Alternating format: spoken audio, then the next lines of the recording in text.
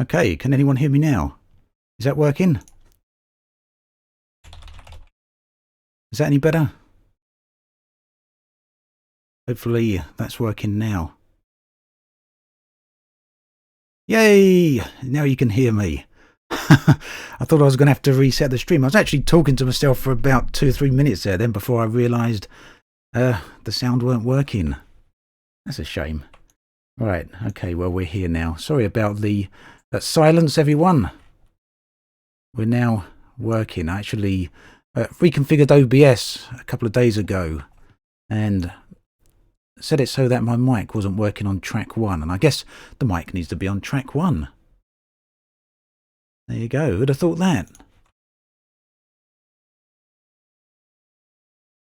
Right, so where was we at? What was I saying? I'm all turned about now because I was telling you about what this stream is for today, and obviously,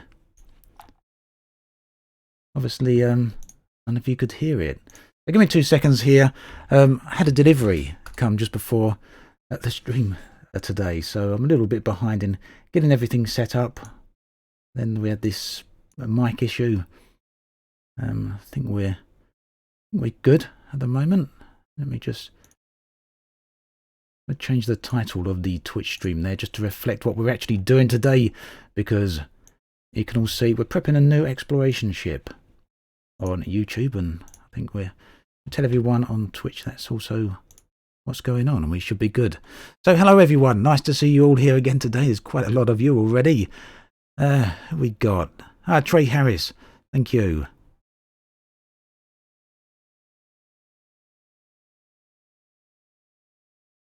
Right, okay, the sound cut about 2 minutes into the intro as well. That was again big because I was messing with the tracks, the audio tracks. But yeah, let's get going. So, as I was saying before everyone could actually... Hello, Orbrick. Hey there, Zaneg. Who's this? Utik. Dragon Darko, Andy Pipkin. I'm glad the sound's good there as well, and...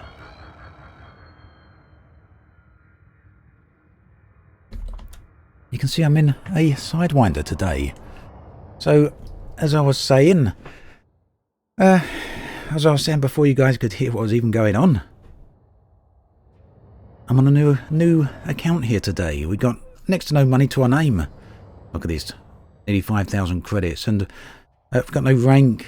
Happy New Year to everyone saying Happy New Year. Happy New Year, Face Guy.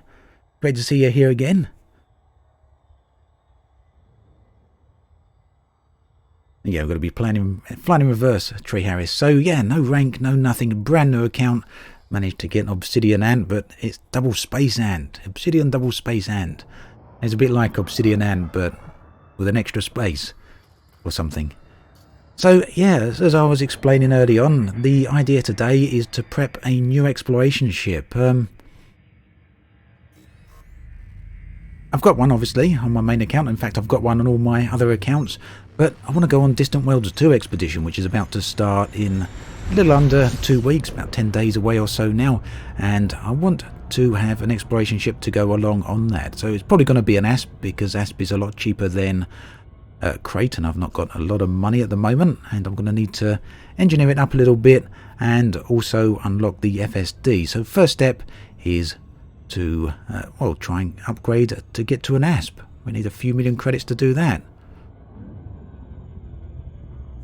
So I've built a little bit of money up. I've had this account, I've been playing it for about half hour, maybe an hour, with a little bit here and there.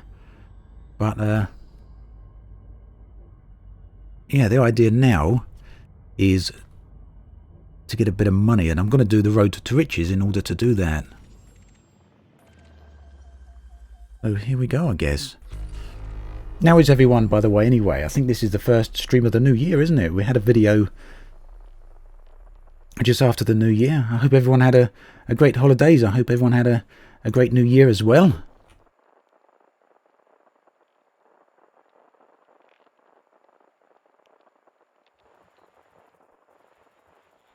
So, yeah, we've mapped this system a little bit. Road to riches, I think this was on the way to a water world or something. I've used the one of the websites, which I'm going to have to plot the thing back in again, because I was actually playing it earlier this morning on my laptop just to get a bit of prep going here. Good New Year, Ulbrich. Entertainment. Lovely New Year. Just making bread. Oh wow, I've been a while since I've made bread myself. I used to make bread all the time. Really should get back to doing that again. Oh, Antonio Denardius, thank you very, very much. Appreciate that. And Happy New Year to you as well. Thank you. Oh, Times Square, Trey Harris. Wow. What a place to live. I bet you... I mean, I've never even visited Times Square. That's something I've always wanted to see.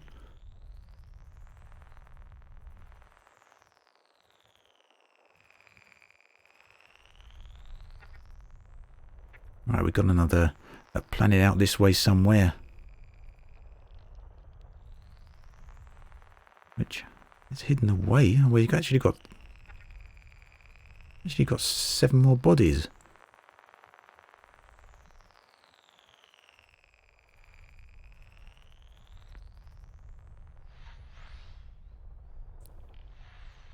So where these are. So yeah, I'm going to need a new ship for Distant Worlds 2. I don't know how many of you are also going on Distant Worlds 2, but you may have heard the news over the weekend or so, or toward the end of last week, that the Distant Worlds 2 has now got 5,000 people signed up for it.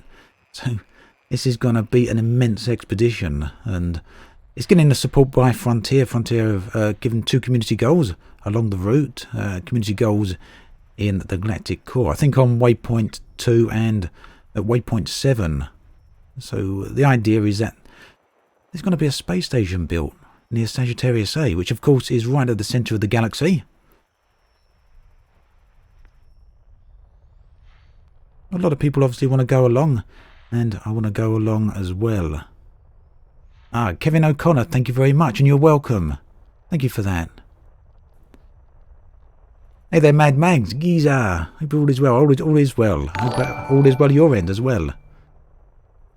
How many were on the first Distant World? Now, I can't remember exactly, Trey Harris, but I have a feeling that the sign-up, roughly around this sort of time, or a week or two before launch of Distant Worlds 1, it was about 1,500 people signed up, which obviously was massive for the time. There'd been nothing like it. Yep, Sergeant Stubby, I totally expect Distant Worlds 2 to break 6,000 people. Hopefully that's the only record it breaks in regards to breaking things and doesn't break the servers. Yeah, shipyard in the station as well, Alien Hunter. Totally agree with that. A shipyard near Sagittarius A would be fantastic. I have a feeling that Frontier are not going to do that for some reason. There's a lot of the remote stations tend not to start with shipyards, but you never know. And I tell you, I'm not finding anything here. I'm going to keep going. I'll tell you what other thing I'm really hoping for is that it starts another inhabited bubble. And that it means we start getting more stations out that way. That's what happened with Colonia once we got one station there. We get more. So, yes, Dukas. Silly question may be, why the new account for the expedition? So, Distant Worlds 2 lasts quite a few months. It's a multi-month expedition, and I want to go along on as much of it as I can. No guarantees that I'm about to make the whole trip, but I definitely want to go as far as I can. And if I go with my main account, then what that means is I'm away from inhabited space, so I won't be able to make videos of stuff that's going on inside of inhabited space. I'm just typing in my system here into the local website, into the Road to Riches website. I want to plot a route out. So yeah, the idea then is to have a second account so that I can go along on Distant Worlds 2 without interfering with my main account, and I can still keep track of everything that's going on inside the bubble.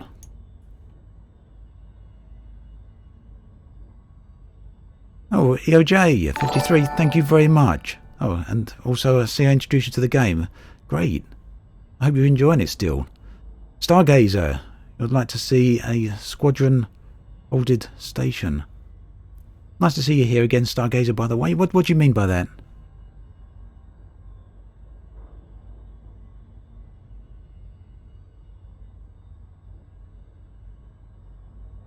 Okay, so we're on our way to the Yin sector.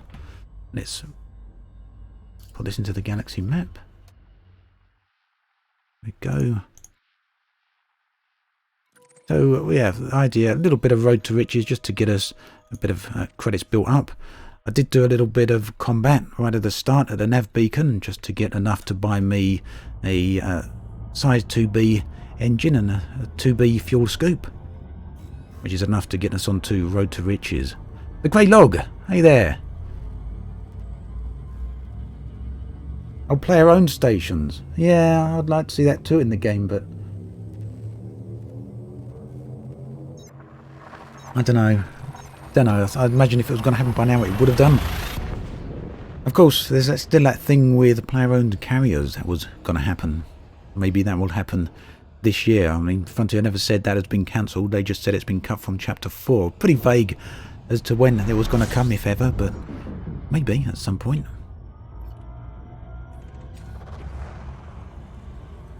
Hey there, Lucas C. Hage. Nice to see you as well. How's it going? I hope you've had a great New Year so far and a great celebration. So, Sanic, I'm just doing scanning at the moment. I'm not doing planet programming. I'll tell you why. It's because I haven't got enough money for a detailed surface scanner yet. So, I'm going to scan a few systems, go hand that data in, then we get a detailed surface scanner so we can probe as well. And then we just earn enough money to upgrade the ship. Maybe I'll stay in the Sidewinder until we can afford an Asp, or maybe I'll go to a Cobra just to make the jump range a little bit easier. It doesn't look like we need significant jump distances for a little bit of a few million from Road to Riches, so I guess we'll see how it goes. Hey there, Fran Belder. Any thoughts on the Void Opal Rush? Jacob, I think it's absolutely fantastic. I think it's what the game has needed for a very, very long time. People have been asking for genuine gold rushes. Frontier have said that it's working as intended right now, and that whilst they're not going to say they won't nerf it, they're monitoring things and that things may change, but they've said for the moment for people to go for the gold rush, go earn your money. So I think it's absolutely fantastic, and there's literally not one downside, I don't think, to the Void Opal Rush.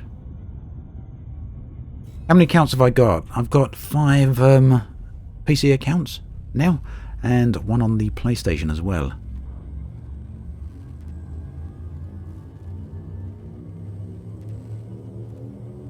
Well, that's what we're going to find out, Stella. For a basic ship, that should be able to reach 40 light years. The recommended distance for the recommended minimum jump range for distant worlds is 40 light years. As long as you can do some engineering and maybe have access to the FSD boosters, I don't think we're looking at huge amounts of money. You know, we'll find out. 6 accounts, yep. Kraylog. But if you've wondered how I can film 1 minute in Formidine Rift and the next minute in the Galactic Core and the next minute back in the bubble again, now you know. Right. Now there should be a water world here, but we're going to scan all the systems, not just the water world.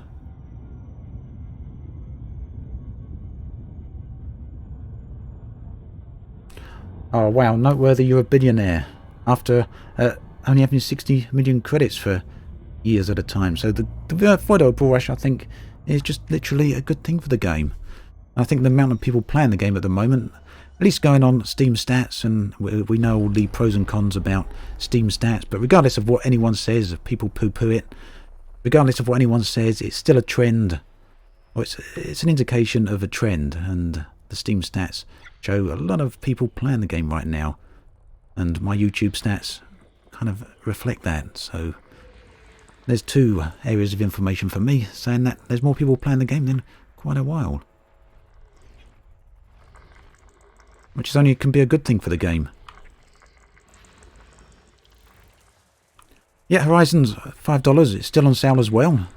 £10 for Horizons and for the vanilla copy of Elite. I don't think anyone can really grumble at that. There's a lot of hours of gameplay in it.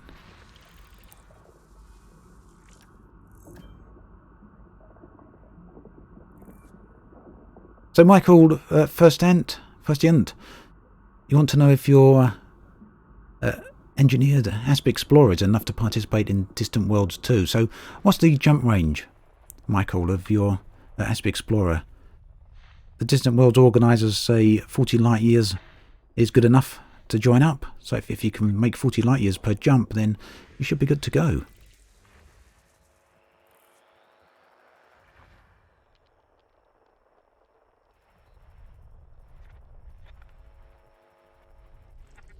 Yeah, people pointing out there probably won't be $7 for Elite for much longer. Probably spot on. It's still on sale after all, so yeah, 70 light years is perfectly fine.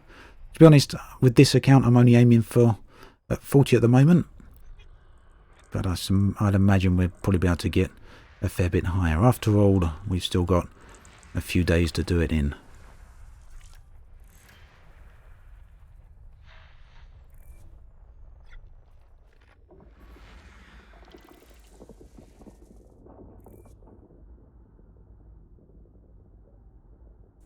Hey there, Vince. How'd you get back to the game after a long break? Well, there's a lot of ways to get back into the game now and make money. You can come out here and explore as I'm doing now. This will make you a good bit of money.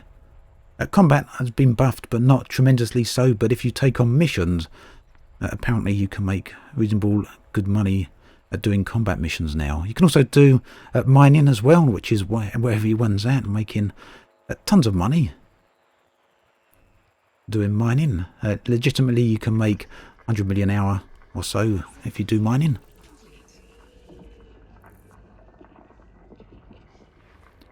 Right, okay. Another system scanned here. I'm only going to do a few before we head back, and or maybe not. I don't know. Oh yes, we want the detailed surface scanner, don't we? I'm going to just do a couple of them, and then we're going to go and find a detailed surface scanner so we can probe some of these planets like that water world, which would give us a good chunk more money.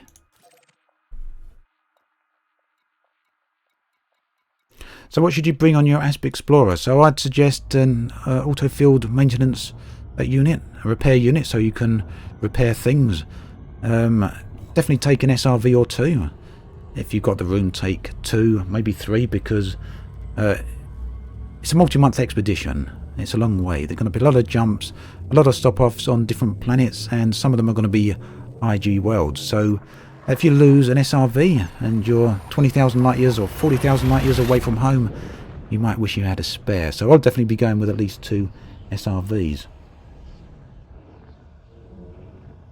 I'd recommend a mining laser, simply so you can mine for Jumponium materials if you're trapped in a system where you can't land on a planetary surface.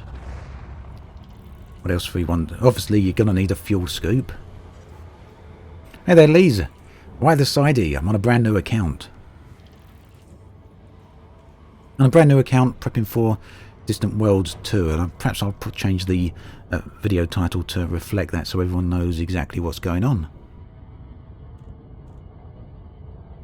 Yeah, Bright Wish, multiple commanders on PC would be nice. It's a feature you can do on consoles, obviously.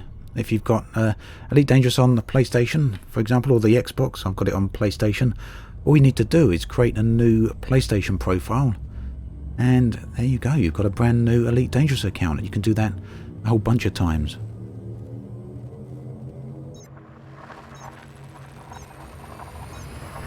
Yep, they're bound to be mechanics with repair limpets awesomeness. Totally agree. So you don't have to take an auto-filled maintenance unit unless you want to be completely independent. You get a little bit of cargo spare as well. I definitely agree with that, Andy Pipkin. As much or as little as you'd like. You never know what you might find out there or need to carry around, at least for a bit. I'd also recommend taking a laser as well, a pulse laser. And I'll tell you why. When the Guardian beacon come out when that was first discovered. The only way to activate it, to do one of the activation steps, was to fire at it with a pulse laser. And as there's a whole load of things out there in space now, phenomena to discover, if you haven't got a pulse laser, there's going to be a bunch of things you might not be able to do. And another example is getting new traits discovered. There's aliens in the Lagrange clouds. If you shoot at them and then scan them with the composition scanner, sometimes you get extra traits, or you may potentially get extra traits in the future telling you how they react to laser fire. So personally, I'm going to take a laser with me, not for defensive purposes, not for attacking purposes, but simply, well, you never know. Yeah, Dante, it's a pain in the backside setting up a new email account for a new game account on PC. Completely agree with that. Very, very easy on consoles by comparison. Then again, you need a newer email account really to register online for a console. So there is that. There we go. There's the water world that we were looking for. Shortly we'll be able to go over and probe the surface of those as well, which will give us a little bit more credits. Oh, we got 2 water worlds.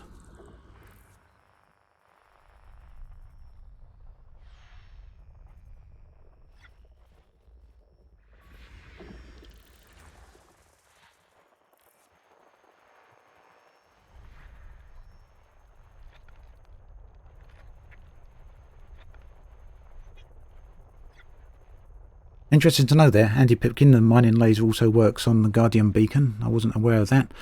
But I still maintain that you never know what alien you may want to shoot up out there. Not to kill, but to experiment on.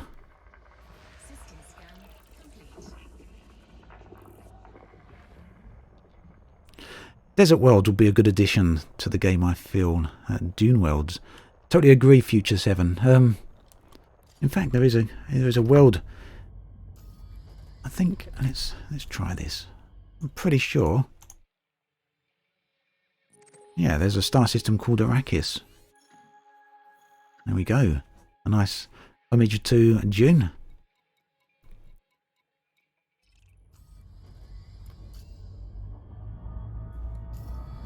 Let's keep going.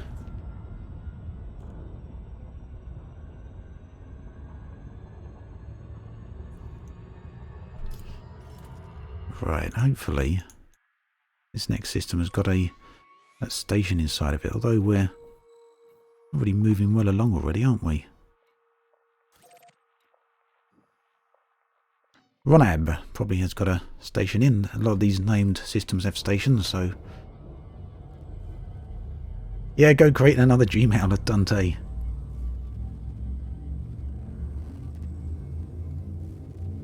Zibadian, AFMU or Repair Limpet, which would you choose if you had to choose between the two? Personally, me being me, I'd take an AFMU, but that's because I really like to be self-sufficient when I'm out there in exploring, simply because I do a lot of video footage recording out there, so I like to be self-sufficient. And as Phoenix said, the repair limpets repair the hull. AFMU repairs modules as well. Jimmy Limek, don't forget your docking computer. You never know what you might have to dock with out there.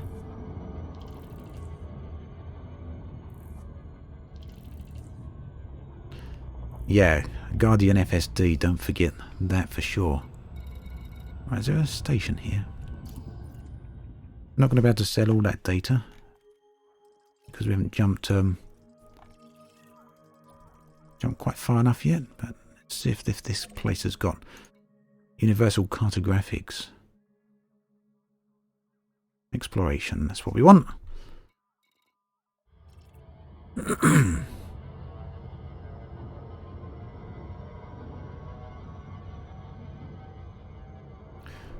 Yeah, it's nice.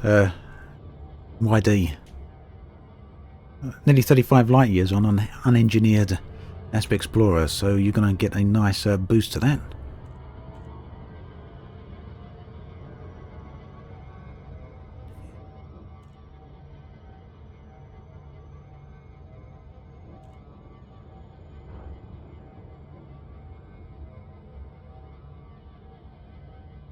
I like the idea of mining-based fighters, Tiki. And especially if you could remotely deploy them and they could help you mine. That'd be pretty neat, wouldn't it? With the little NPC guys doing some of the work for you. Hey there, lab.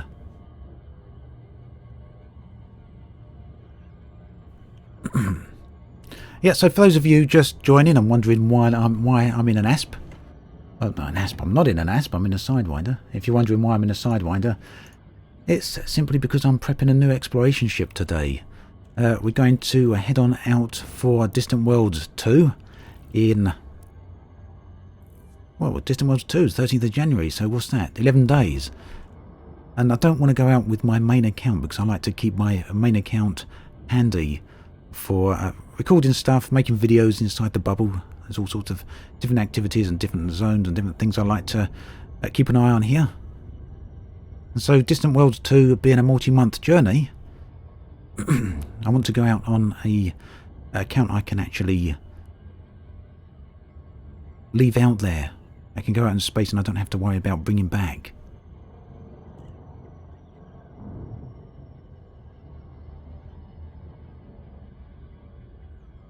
Yep, Trey, I'd agree with that. Sounds good to me. In fact, I'll probably do a bit of open mining, void open mining, to get enough money for what I want to do. Depends how much I can get here from Road to Riches. After all, I only need an Asp Explorer with maximum jump range. That's all I'm going for. A crate would be nice, a crate Phantom, but that's going to be way outside the price range really for what I want to aim for in the time frame that we got. Of course, I've got no engineers unlocked yet. We're going to have to engineer the FSD of the ship that I'm going to buy, and I've got no Guardian boosters unlocked yet either, so that's also a thing I want to do. I want to try and get the maximum jump distance on the new ship. But we're aiming for a minimum of 40 light years anyway.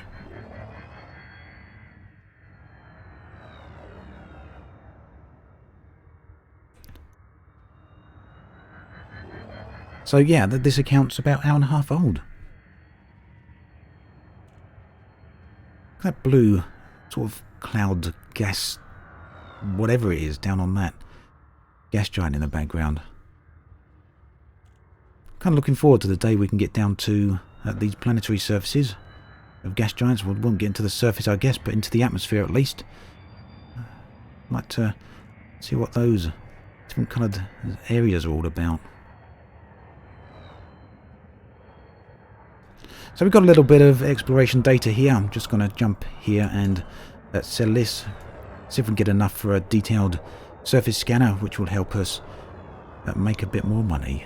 Because obviously if we probe these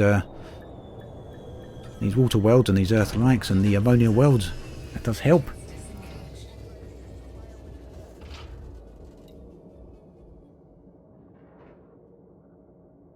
JS, that's nice. 70 light years for your crate Phantom. I'll be well happy with that. Yeah, I can think of all sorts of gameplay to go along with gas giants. Specifically gas mining, obviously, would be an obvious one. Universal cartographics. No outfitting here, unfortunately, so yeah. So bear in mind, I've literally only been playing this for about an hour and a half on this account. We've just got our first million. And we got another 500,000 there, but too close by to actually sell that. That's enough to get us the detailed surface scanner. Unfortunately, we can't get the detailed surface scanner here.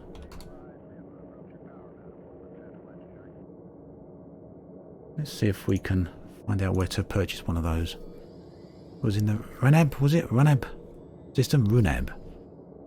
Just going to look on the website EDDB. Still wish this sort of part was in the game. That we didn't have to rely on out-of-game resources at all. But then again, the people behind EDDB and all these other websites do a stunning job.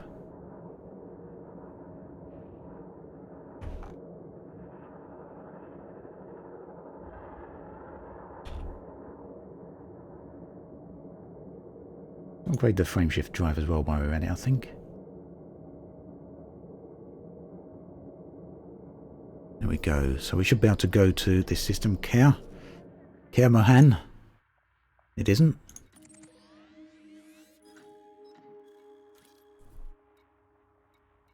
Alright, so we heading towards this station because we can get a detailed surface scanner and a slight upgrade to the FSD, which should make travelling down a little bit quicker.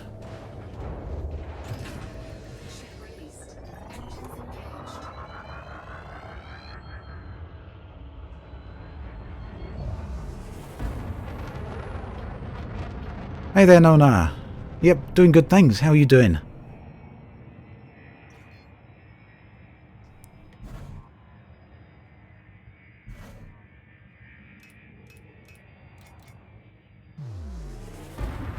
I did notice someone there, the message is disappeared, but someone did mention that you don't need Road to Riches. Now with the mining and with Robigo you can do passenger runs. But you know what, tell you what, on a brand new account you've got 1,000 credits. So, you know, you tell me how you buy the mining equipment or the passenger cabins with that 1,000 credits.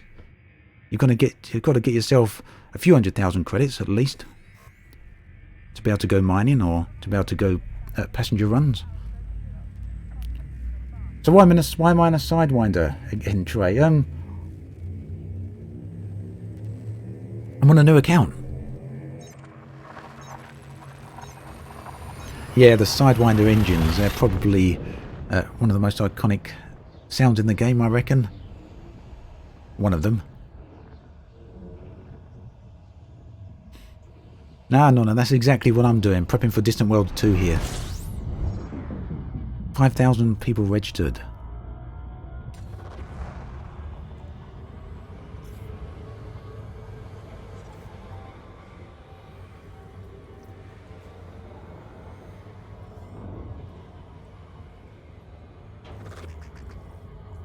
Oh, I don't know, Mr. Junks.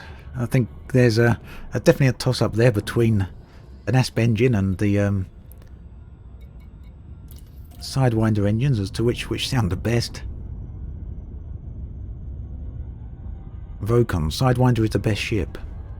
I think Sidewinder is one of the most fun ships to fly, definitely, especially in VR.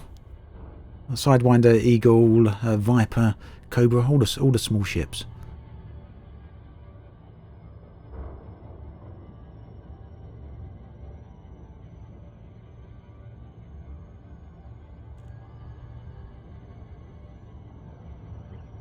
Over 7,000 registered people for Distant Worlds 2 now, really, Andre? Wow. That's crazy. 7,000. I hope we don't break the servers. Should be epic.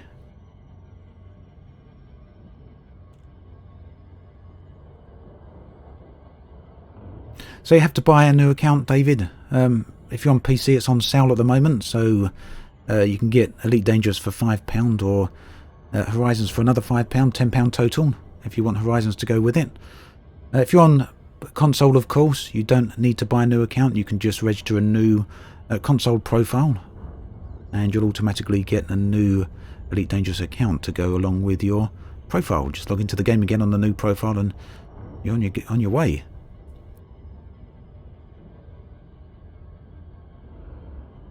Captain Rafix, I'd like to see Deep Space Mining being able to deploy on high metal content worlds, mining drones. Yep, remote mining. That's definitely a thing I'd love to see as well.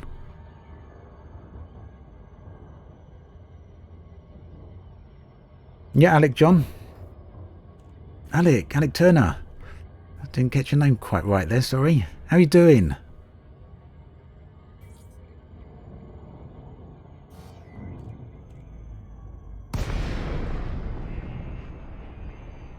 I hope you're coming along on Distant Worlds 2 as well, Alec. It'd be great to see you there and maybe join you in on some trips, exploration trips.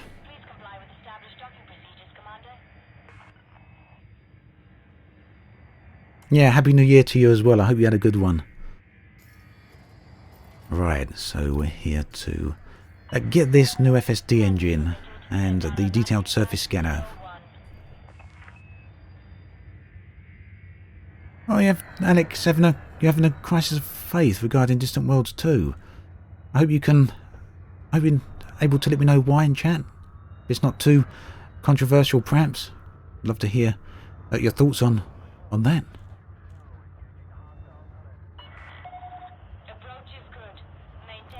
So, if you want to buy another Elite Dangerous account, you do need another email address, because you'll have to create a second account over on Horizon, over on Frontier Store. Don't buy the second Elite Dangerous copy on your existing store account, because you need a separate email address to log into the game with. So basically, you're going to have to create a new email account, register that on the Frontier Store, and then buy another copy of the game there.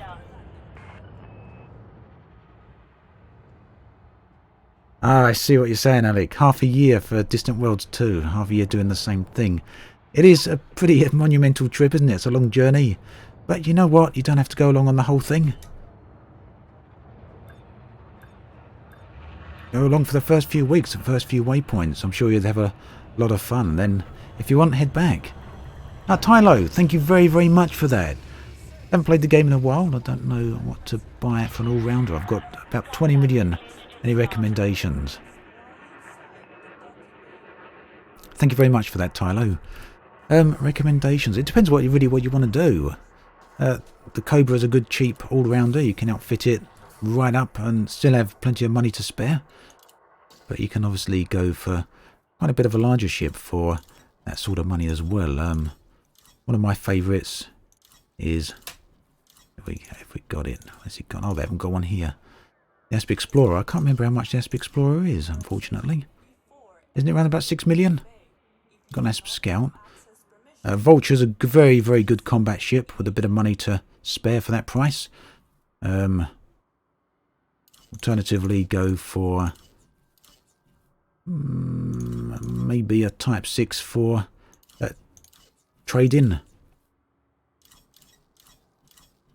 Or I haven't got one here, but Diamondback Explorer is also a pretty nice ship. Yeah, 6 to 7 million for Asp Explorer, that's what I thought. Yeah, Diamondback Explorer, definitely, that's another option.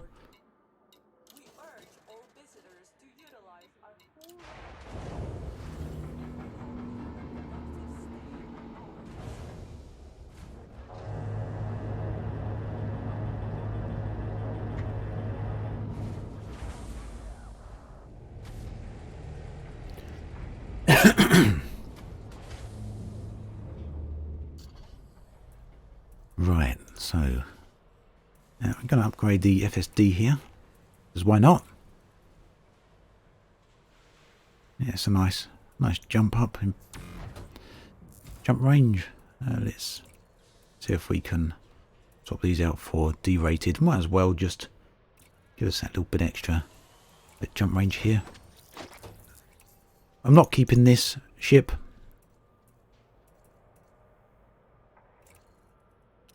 Just using it to get me a bit of money very, very quickly. And obviously, perhaps we'll go for a bit of mining as well once we got the cash. What else was it we wanted? A detailed surface scanner, wasn't it?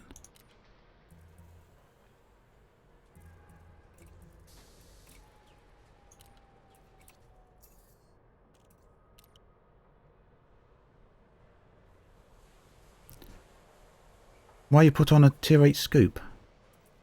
Tier 8 scoop? Fuel scoop, because I don't like sitting at the it's a B, not an 8. I don't like sitting at the stars too long. Fuel as fast as we can. Am I going to change the HUD account, HUD colour on the account? Maybe. Any suggestions on a colour? I think that was it. Let's see if we can sell the data here. We jumped a little bit further. Yeah, we got another nearly 500,000 there. Okay. Right, back to the looking for the other worlds.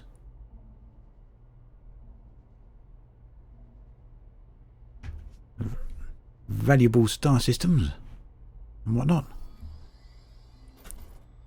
Let's replot the course in here, and we're good to go.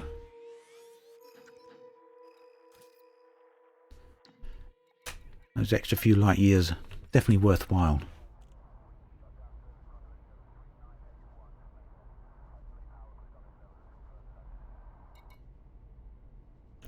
Thygoid green would be a nice HUD colour. Why not? Totally dead. Sounds good.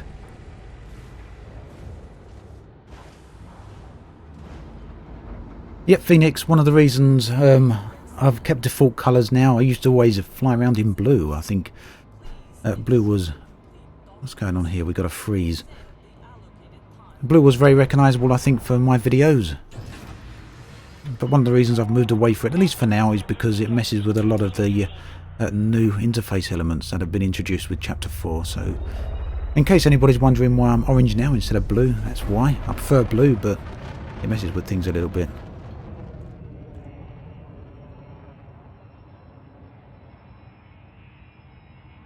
Are you very welcome, Sarji, and thank you for the translation there, Trey.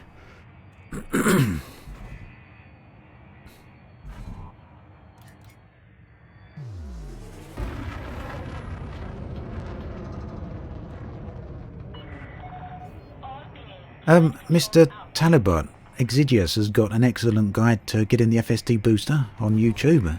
Do a YouTube search for him. Great video maker.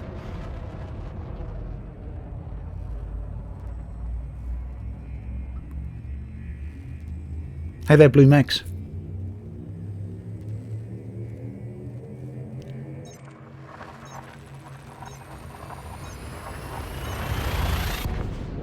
So, yeah, we should only have to do a few system scans at this rate to be able to afford the Asp Explorer. Shouldn't take us too long. New mic? Nope. Still on the existing mic, Dustin.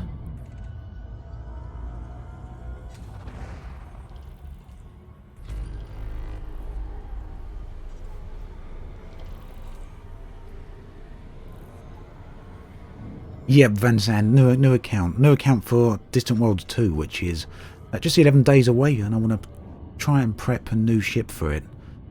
Don't know why I go on and long on my main account.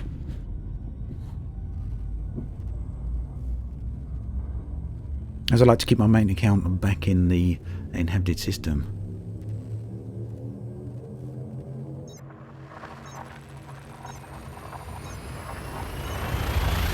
Did I pick anything up in the Steam sale? Oh wow, I'm sure I purchased something the other day. Couldn't have been that great if I haven't played it, could it? I can't remember. Nothing stand out anywhere at the moment. I've got so many games on Steam and not really enough time to play them, unfortunately, nowadays.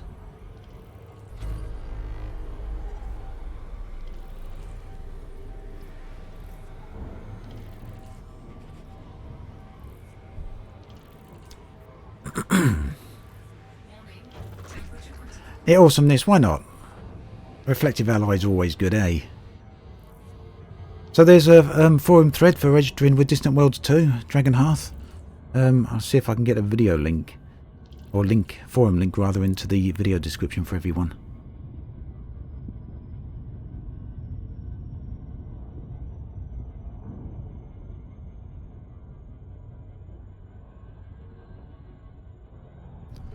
Alright, this should be a Water World or something like that here. I'm going to keep scanning for a bit, pump up a little bit of money. Maybe after we've got some credits we'll go for mining and just get a whole chunk of money very, very quickly. I'm not really sure yet. Because obviously I don't need significant money. I just need a bit of money. Just enough, really.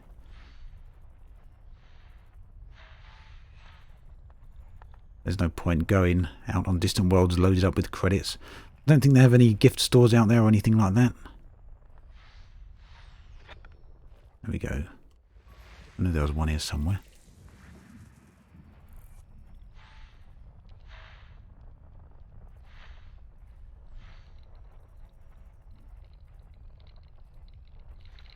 There we go. So these are asteroid belts. Some of these end up being a little bit distracting because you start looking for things that you don't really need to look for. We don't need to scan asteroid belts to get a 100% on the system scan. So Tylo, don't know what DW is. So DW is Distant Worlds, and it's a good time to probably explain this for everyone else. Distant Worlds is an expedition. It's a player-created community event, and Distant Worlds is just coming up for its second edition, as it were. Distant Worlds 2 is what's launching on the 13th of January. So Distant Worlds 1 began back in 2015, end of 2015, mostly into 2016. It began when Horizons launched, which was the first part of Planetary Landing for Elite. And a bunch of people, including Dr. Kai and Aramis, some quite well-known Elite Dangerous players, organised an event to explore towards the other side of the galaxy, a location known as, we've got some surface elements here, location or system known as Beagle Point, which at the time was pretty much the furthest system you could get to away from Sol, and it was something like a 20-week journey to Distant Worlds, to Beagle Point. Over 1,000 people signed up, something like 1,500, and it became one of the most famous community organised events. Very, very nice, a lot of fun to be had. It was one of the most enjoyable gaming experiences I've had, to say for sure. Met a lot of people, a lot of fun times. Distant Worlds 2, which is coming up, is going to be bigger and bolder and better, I guess. Will be the marketing peak for it, if there was such a thing. Currently, I'm being told that 7,000 people signed up for it, so it's going to be a huge, huge event. Hey there, Kylo. How you doing, Kylo? I guess you probably won't be coming along on Distant Worlds, will you? Because you're already out there in the depths of space at the moment, aren't you? Unless, I guess, you meet up along the way, that's always possible.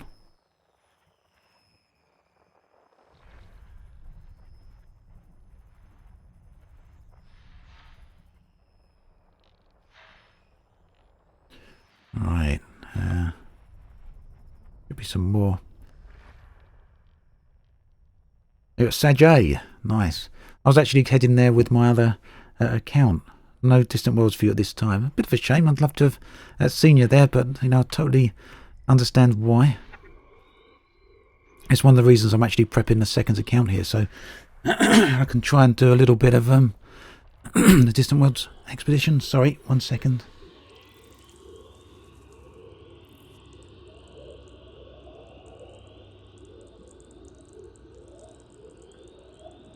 Well, my throat there. Sorry about that. So, hey, Colo, what are you thinking of Centre of the Galaxy? A little bit different round there, isn't it? A little bit brighter. A few more stars.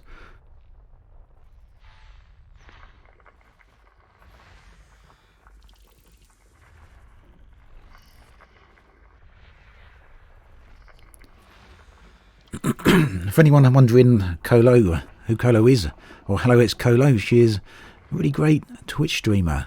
Streams Elite Dangerous very regularly, a few other games as well. If you've never checked her out, do go have a search for Hello It's Colo over on Twitch. It's well worth a watch. She has fantastic streams.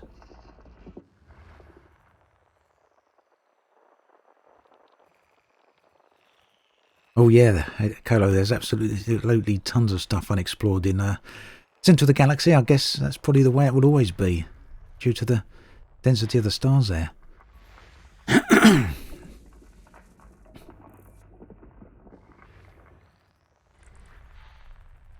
Right.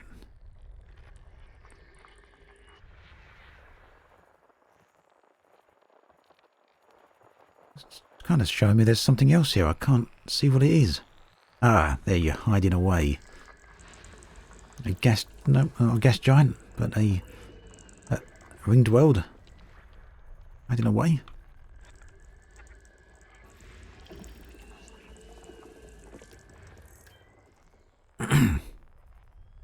Oh, I didn't know lightning could hurt. Lightning in a Lagrange cloud, Colo?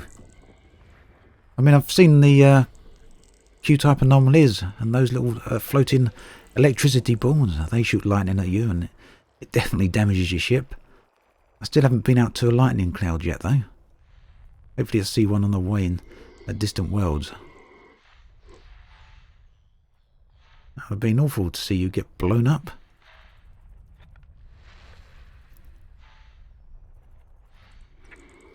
A bunch of worlds right here.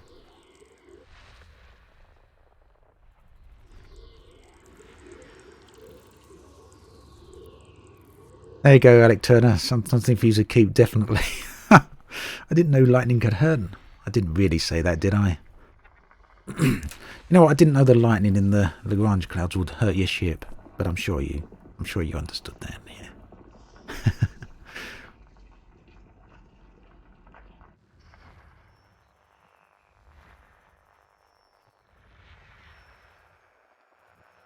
I tell you what, it's terrible blowing up on a live stream when you've done months worth of exploring. I hope that never happens to you, Colo. It happened to me on one of my first ever live streams. I've done about 3 months worth of exploring. I was in I think I'd just discovered a planetary nebula right near a black hole, and I was right at the start of the stream just telling everyone, you know, look at this brilliant planetary nebula area I've found, and there's this fantastic black hole here, and it really was a stunning location. And I went into the external cam and left the ship to do its thing.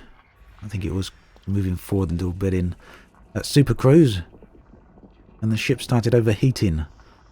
Actually accidentally switched on silent running at the time. Boom. That was the end of that.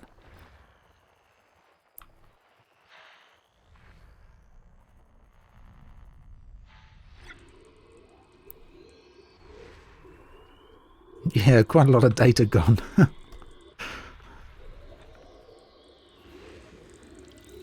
One of those things. I was actually fortunate though, because I found out afterwards that the silent running happened to due to a bug at the time. There was this just after an update, and what was happening is that certain key presses were activating other things. I went into the map or the external camera at the time, I can't remember which it was now, and it activated the silent running. Okay, Alec, I'll catch you soon, okay? Oh, first day back at work. Well, I hope it's not too bad.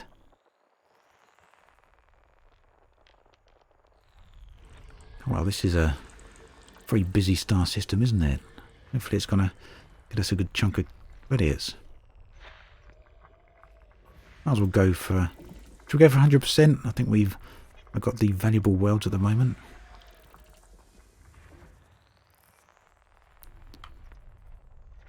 Might as well go for 100%, mightn't we? We're already over halfway there.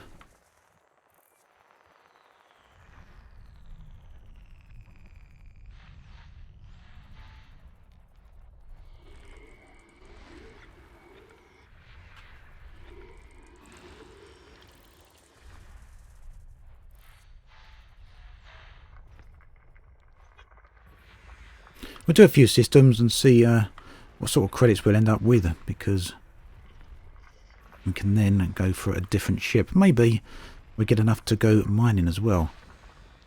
Thank you very much for that, Vanswold.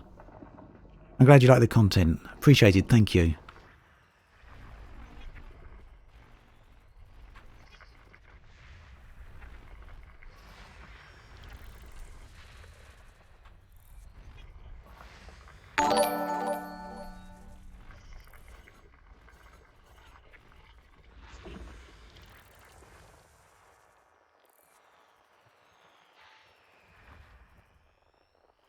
So many planets. The good thing is these all count as detailed surface scans, unlike how we used to have to do it, fly over to each planet individually. And these aren't proving too hard to find at all, are they?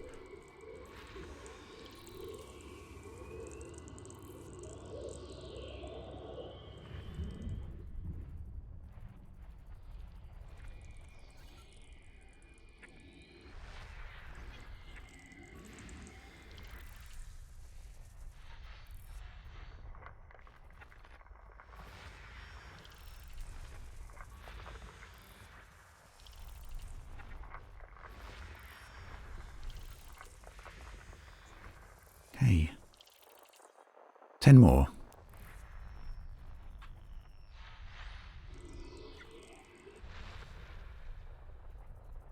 So, you know, I'm kind of curious, really, because at the moment, there's very little in the way of biological life and things like that in the galactic core. At least, that's my understanding. I seem to see a comment from a bunch of Canon guys a little while ago saying words to those effects. So unless something has been found recently, it still is that way. Just kind of puts me in a place where I wonder what sort of things might be found on the Distant Worlds expedition, because obviously there's a whole bunch of waypoints. People are going to be going to a lot of different areas. But there's going to be a lot of people covering a lot of ground, so quite possible things are going to be discovered very quickly.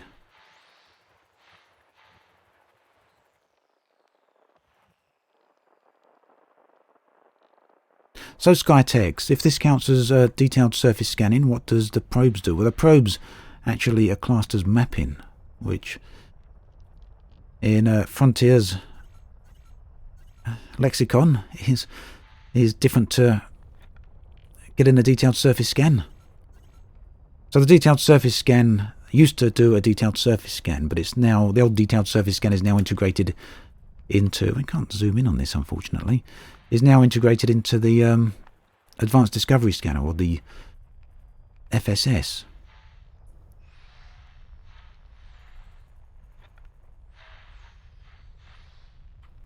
Which means we've got totally new functionality for the detailed surface scanner, which is now just a probe launcher.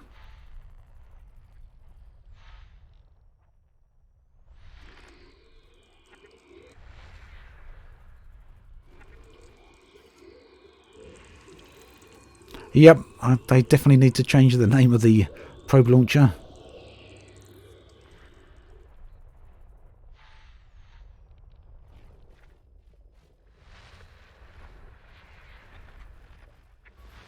Everyone, not everyone, but a lot of people, especially people returning back to the game after a big break, assume that the detailed surface scanner, the new detailed surface scanner, does the same job as the old detailed surface scanner, and you know, that's totally understandable. There's absolutely no reason they would suspect otherwise. So a name change would have been good. There we go. I guess its current setup makes sense to Frontier. Yeah, I think you were right there, Dread. There were definitely signal sources there, the ones I couldn't zoom in on. Right, let's do a few more of these. So these systems here are systems with a load of high metal content worlds. So that's the value of them. So it definitely was worth scanning them all.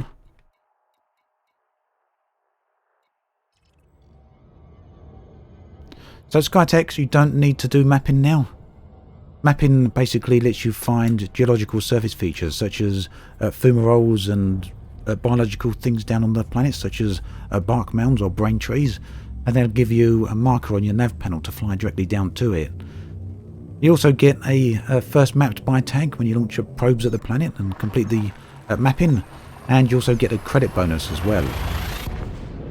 I'm going to only map the valuable planets, Crowley. I'm mapping 55 planets with the probes.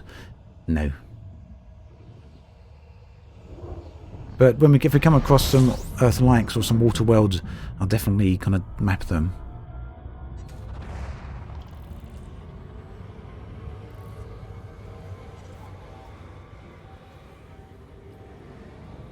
Yep, mapping does pay out, Matrix, definitely.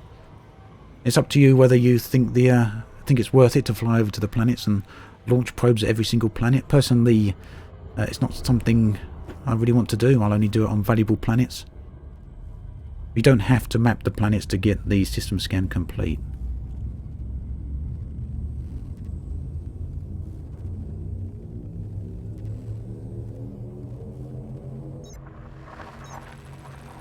I actually don't know how much bonus you get for mapping aquatic. Maybe we'll find out here. Let's have a look. we've got a water world coming up on the next jump. So I'll definitely not in this system, but the next system I'm going to map. So this one is a high metal content system. There'll probably be a few worlds here. And after that we've got a water world system. So I'll be mapping the surface of the water world. So yeah, Chiro, you get the first discovered by without mapping. You don't need to map, you just discover the planets for that.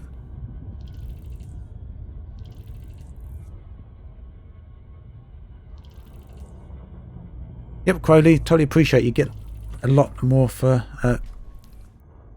planetary mapping. But it's also a lot time consuming as well. But we'll find out how much exactly it is. I'm sure there's guides out there and people have already done the stats.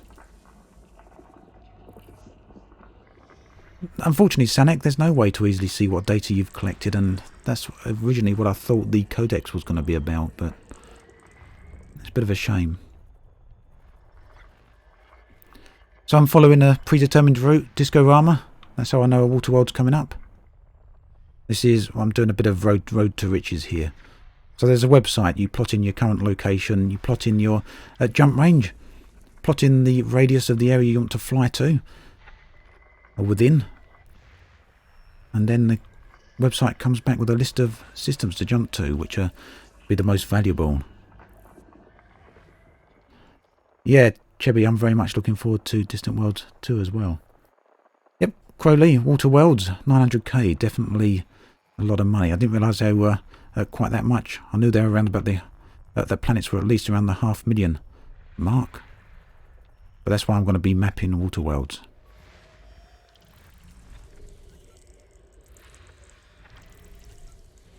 And Earth-likes and all those sort of things.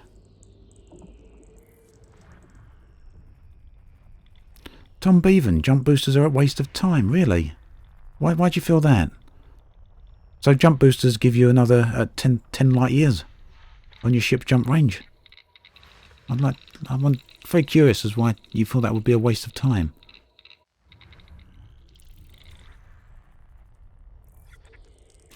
Might have a few metallic worlds here. So metallic worlds are worth a good chunk of cash, especially when you've got a load of them all together. I'd love to see rogue planets, Chief Arden. Rogue planets, accretion disks, comets.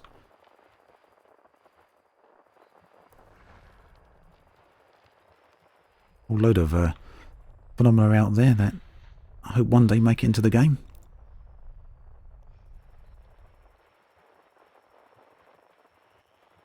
Yeah, Drakey, they take a ridiculous amount of grinding to get. I do agree with that.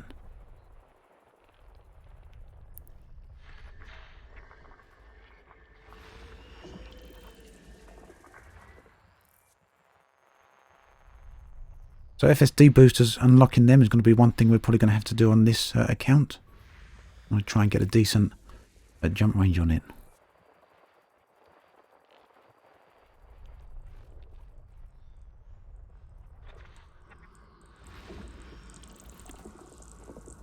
Oh, there's a water world here. Didn't think there was. Okay, good. We'll go map that one then in a minute.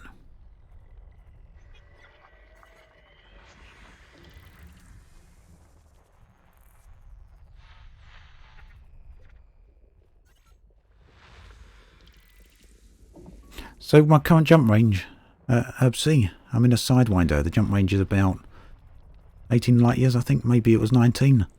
But we're building a new ship, so on a brand new account.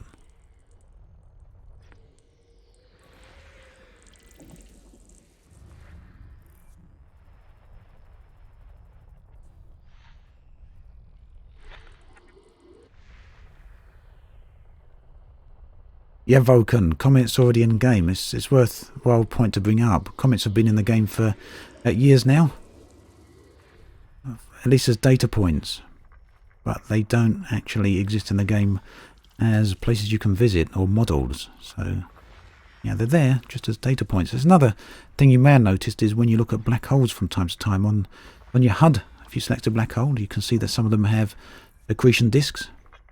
But there's no model in game to represent those. You know, the little hologram that appears next to your radar.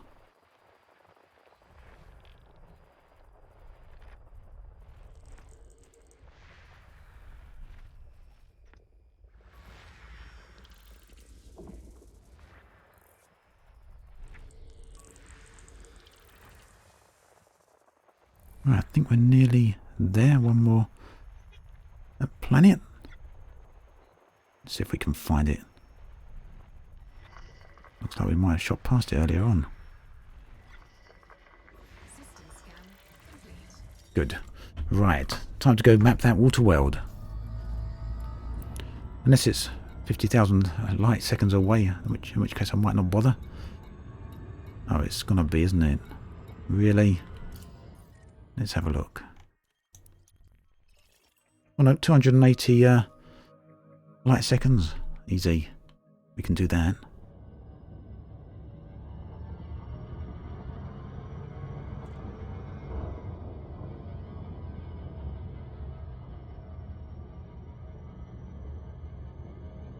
Hey there, Ross. Ross, yeah, Happy New Year to you as well. Thank you very much.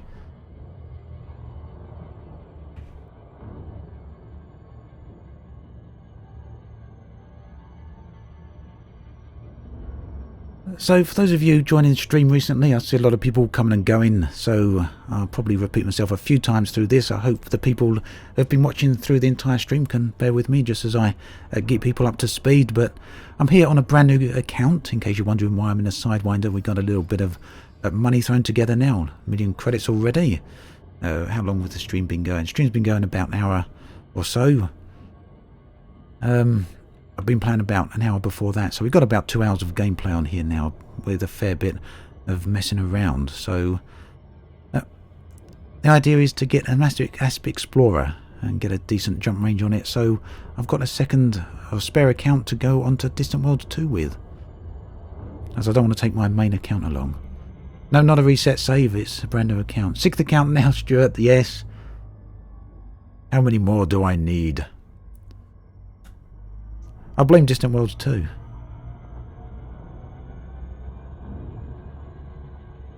Got to blame someone for it, haven't I? Right, we haven't got the scanner mapped.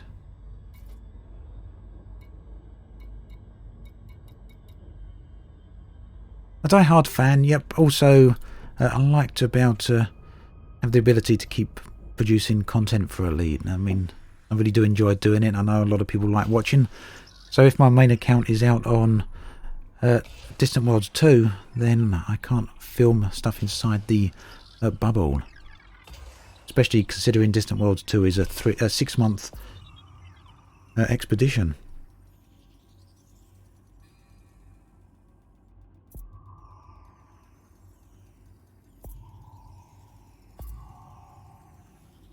Six including PS4, Malcolm, yeah. There we go.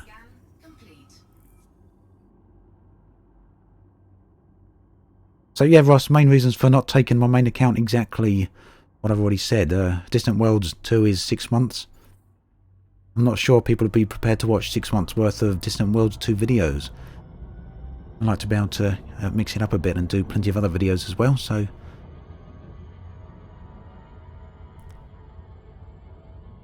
I do it for the viewers. Or so I tell myself. Or so I've got to pretend. Or it could just be that I'm that much of an Elite Dangerous addict.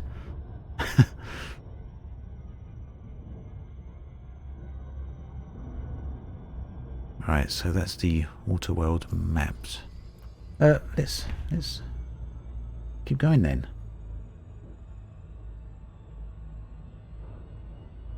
Right, we've got another system coming up with the water world in.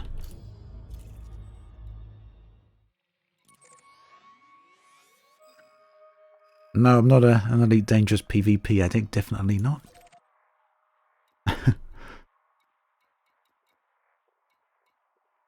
Yeah, Malcolm, we'll be swapping over to a mining vessel in a minute. Just need a few more credits and hopefully we'll have enough to buy an adder or something to do a bit of mining with. Maybe a Cobra, I don't know which is going to be best. Type 6 maybe.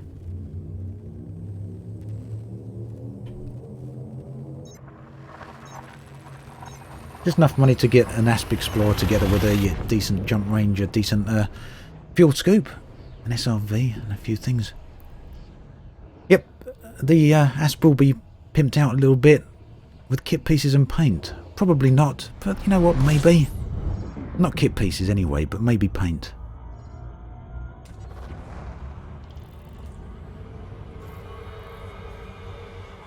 So yeah, Ross, there's a set number of waypoints. Distant Worlds probably won't release all the waypoints, they release one or two at a time, and you get a set amount of time to get between each waypoint. No, Zane, this is going to be the one I'm taking on at Distant Worlds, and I'm playing right here.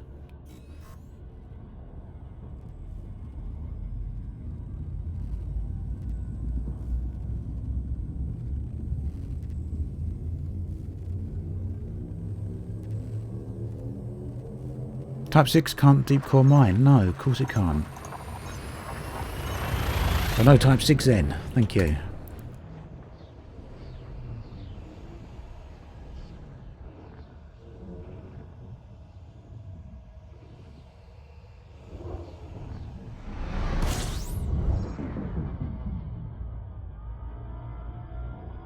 Nope, keep jumping into the wrong scanner here because I've got that set from a moment ago.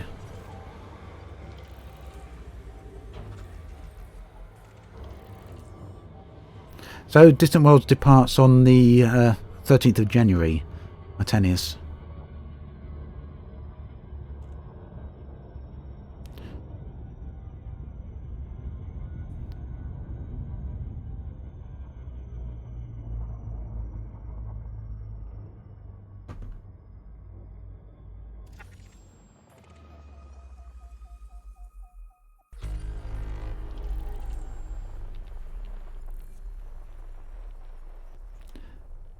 I love seeing news from NASA there, Phoenix.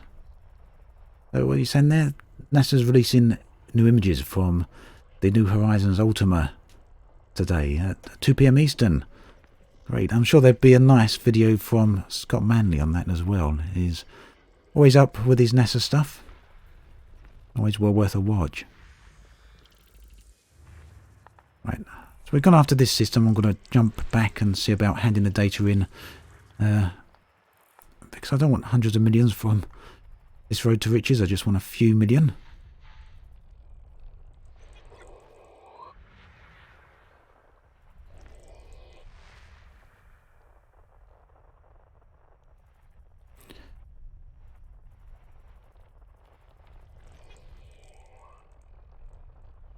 Where's that? Okay.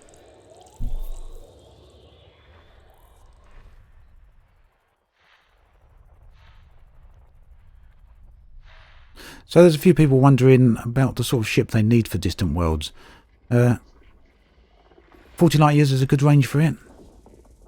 You don't really need the engineers unlocked to do that, as long as you've got the FSD boosters.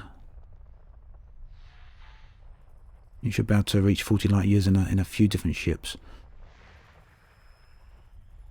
Of course, you can always unlock the engineers as well. All you really need is Felicity Farseer. You don't really need the other engineers to light mod your ship to get to that sort of jump range.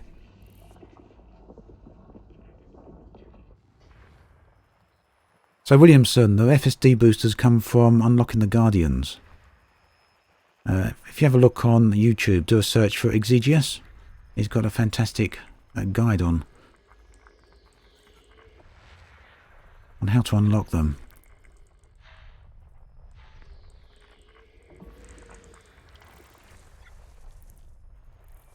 Okay. Oh well, 63 planets here. I didn't notice that straight away. That's a lot.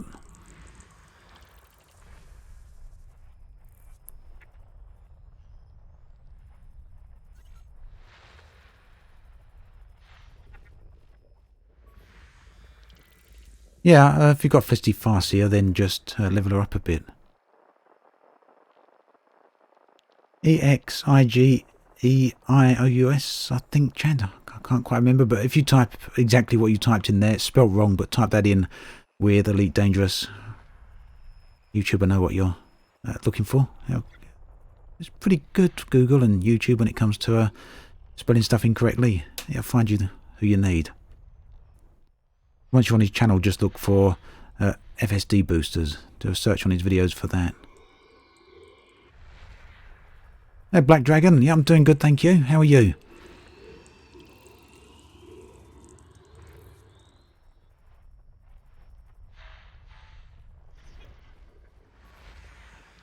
So it looks like, as we're playing, I'm seeing quite a few people expressing more interest in Distant Worlds. So I guess the registration count on Distant Worlds is increasing as we go, isn't it? I assume most of you are going to be going, or a bunch of you are going to be going along as well.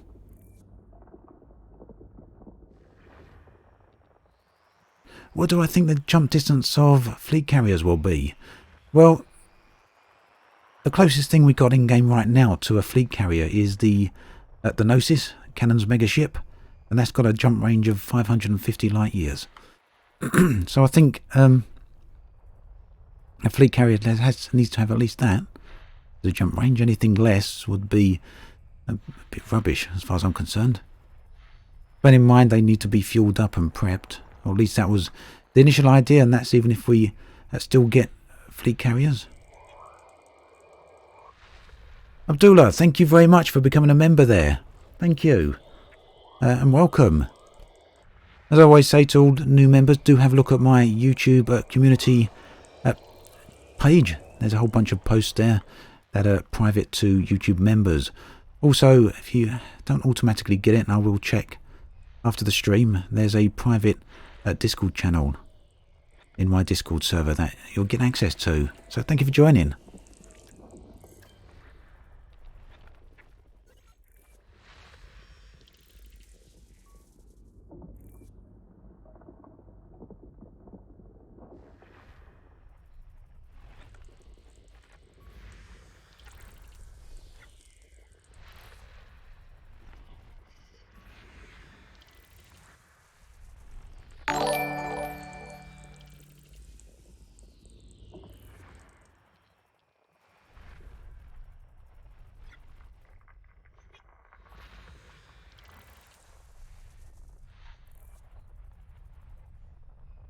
Right, where'd that water world go? I don't think we've got to map all these because 60 is a pretty significant number.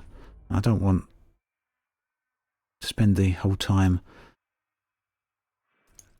Where's that water world? I don't want to spend the whole time scanning planets on this stream, I don't think. So we'll go get that water world, we'll probe it, we'll hand the money in, and we'll see where we are in terms of credits. So then we'll outfit a mining vessel, and we go get a bit more credits and build ourselves towards that Asp Explorer. Yep, VidBlitz, you can certainly synthesize limpets, but limpets do have a fairly hefty material cost to synthesize.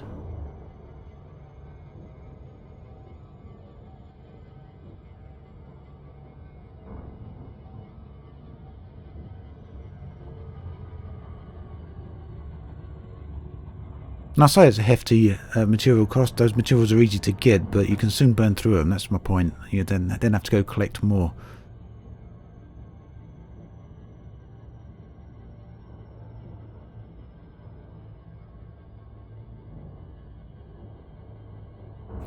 Right, so we're going to collect this, going to do a probe of this another planet here. Water world. There seems plenty of them around, and ringed water worlds are always a nice find. Ringed Earth-likes, and even better find if you can come across them, especially if you're the first time to find them.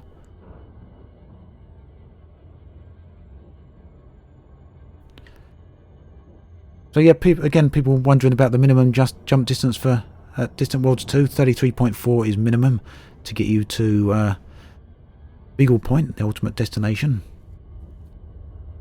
But obviously, the higher your jump range, the better it's going to be, because the faster you're going to be able to do the trip, the quicker you're going to be able to go to each waypoint.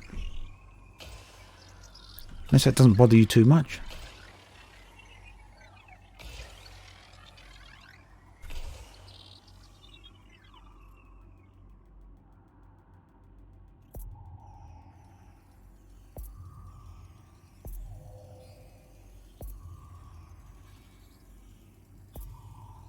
we going to make it with these number of probes here? Is another one still flying now? Yeah, we got it. 7 probes. Efficiency target met. Good.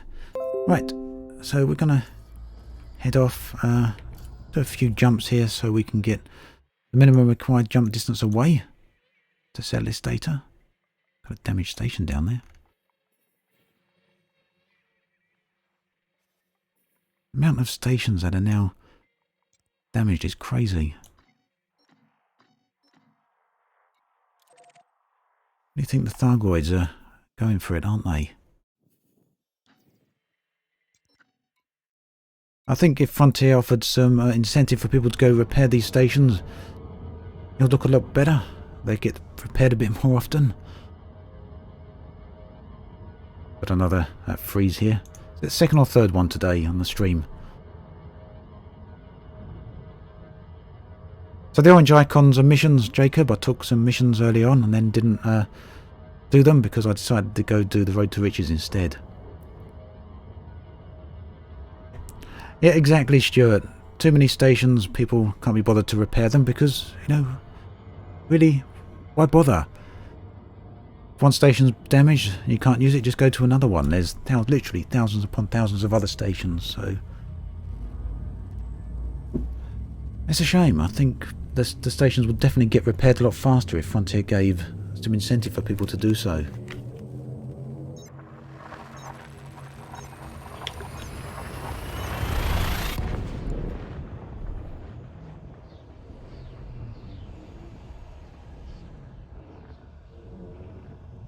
I wonder if Frontier have got a kind of an upper limit on how many stations are gonna get damaged.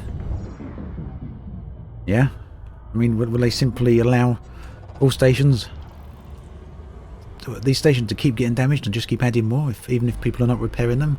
Or will they at some point think, oh my, look, we've been doing this for a year and not many stations have been repaired. Yeah, to be fair, people are repairing them. Operation Ida has repaired quite a lot of stations.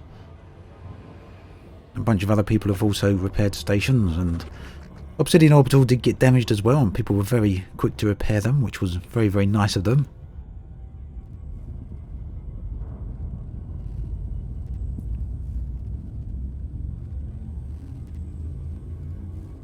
But there's still a lot of unrepaired stations.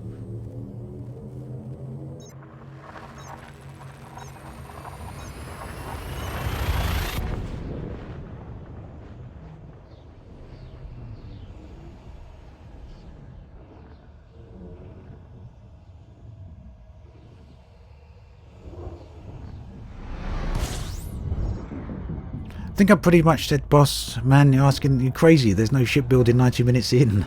With a tongue poking out, tongue-in-cheek, I appreciate that's tongue-in-cheek, but I'm pretty sure I said ship prepping, which means getting the credits, not shipbuilding.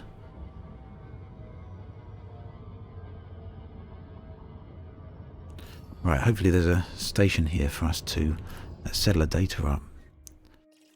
There's a good one. Very close. Yep, that will do the job nicely. What's it orbiting? Orbiting an Earth-like world. Well, we could scan it, but this station's not going to accept that data.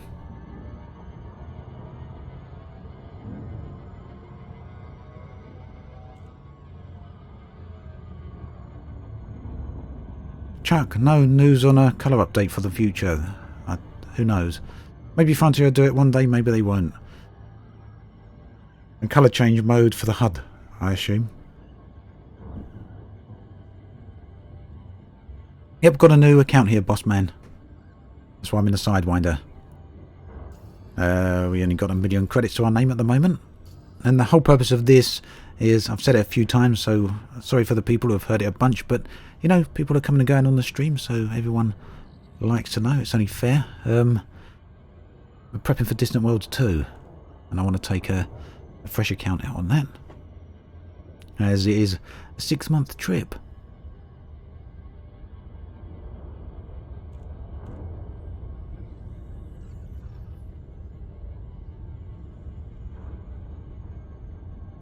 No, people on PC can't own megaships.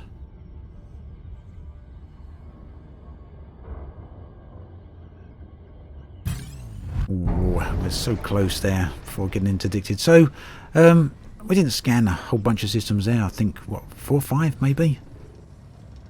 Maybe it was 4. So it'd be interesting to see how many credits we get for this. We only need a couple of million credits just to get a basic miner built. So we can go then get a bit more credits. An asp. Then again, I don't know what would be better to do, whether just to keep doing Road to Riches or whether to go do some mining. Mining will break up the monotony of course. Love to see your thoughts on this. If anyone's got any thoughts or ideas on this, jump to mining to make some credits quickly, or just continue on with Road to Riches.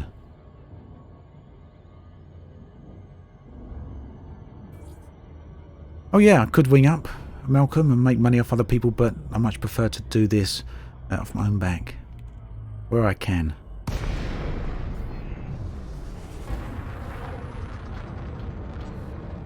Mining for the win, I definitely think so.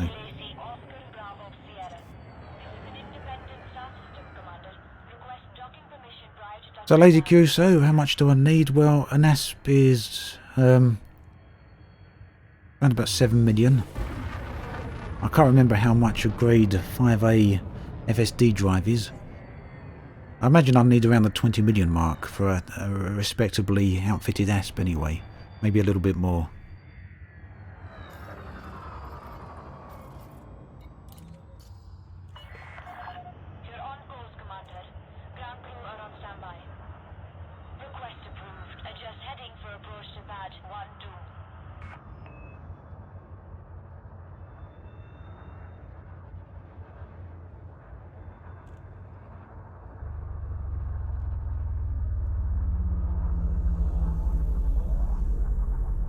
MH, I don't use Track IR because I haven't got Track IR. I do have the Toby 4C though, but I don't use that when live streaming.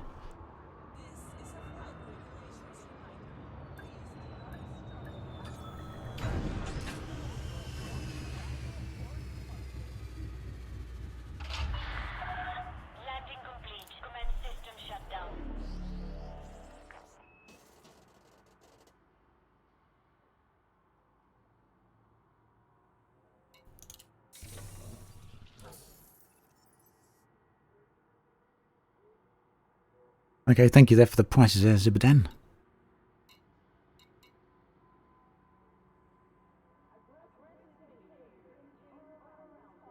Yeah, I've got VR. VidBlitz. Got an Oculus Rift. But again, I don't live stream from VR.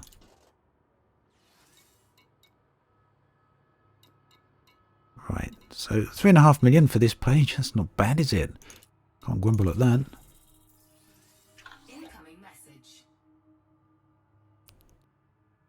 Kind of makes me think it'd be quicker just to do some more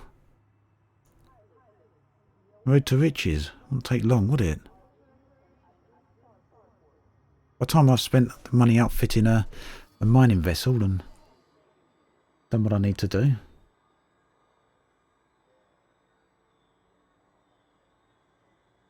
Okay, Zibadan, thanks for the price there. So I won't be going for a 6A fuel scoop at 55 million for the full outfit.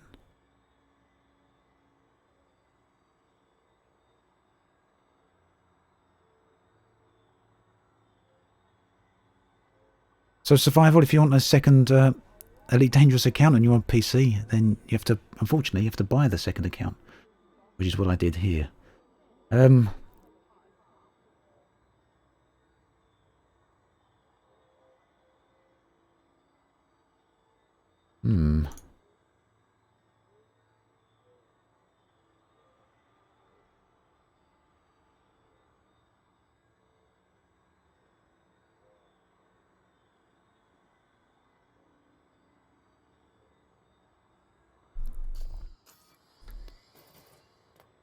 Unless there's any people really don't want to see some more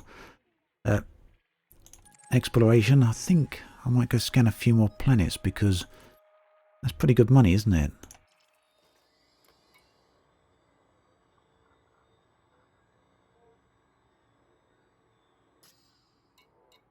have a look at the shipyard here.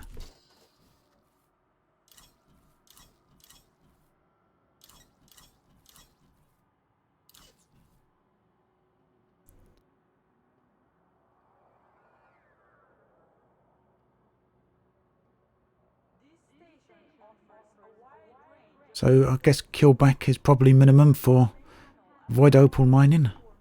Then we got to buy the refinery, and then we got to buy a whole bunch of things. So it's going to get quite expensive. I think by the time I've got enough money for a decent mining ship,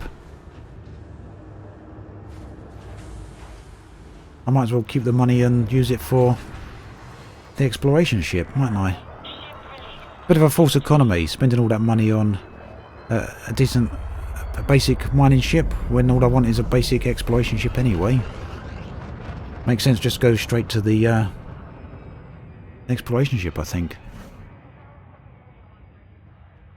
So, Infinite, the exploration rank increases based off the credits you earn from mining. Yeah, that's correct.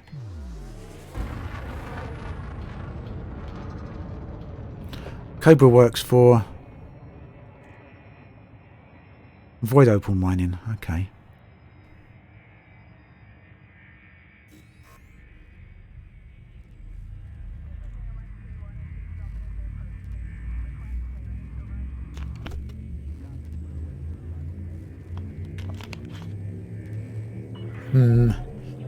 Well, let's get one more system scanned at least then. That'd be another million credits or so, and then we'll head back and have another look.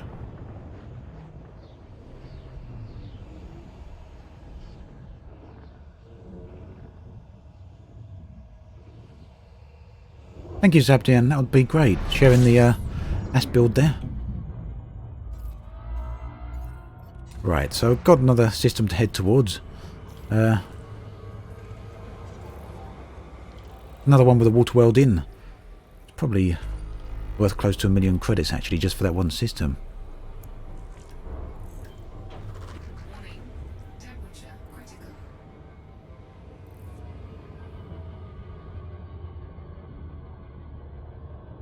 I'm inclined to agree there, Liz, that the Road to Riches is just going to be easier to build up the credits for the exploration ship, simply because by the time I've got a decent, spent the time putting the mining ship together and earned the credits for it, and then gone and found a location for it to do the mining, and then found the Void Opals, and then sold the Void Opals and all the rest of it.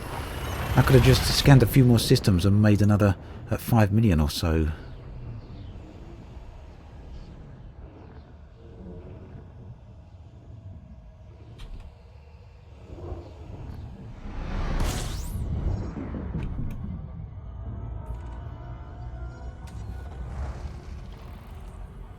I mean, after all, we got the ship here. It shows how much... You know what this does show is how easy it is now to make money in Elite when you start out. I mean, the account's new, and I'm not really going hammer and nails at finding the quickest or easiest ways of making money. I'm just casually doing a bit of exploration, basically. Yeah, Road to Riches, so some people might consider exploiting and finding the most valuable systems, but nonetheless... It shows you can make a ton of money very, very early on. Well, we're probably up to about 4.5 million now. Yeah, which isn't bad.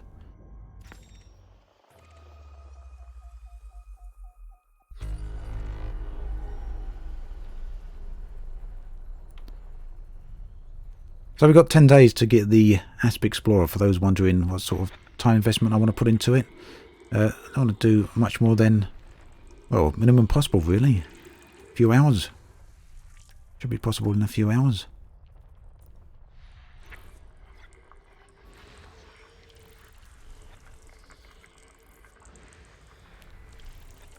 Another thing, of course, that you can find this way is geological surface features.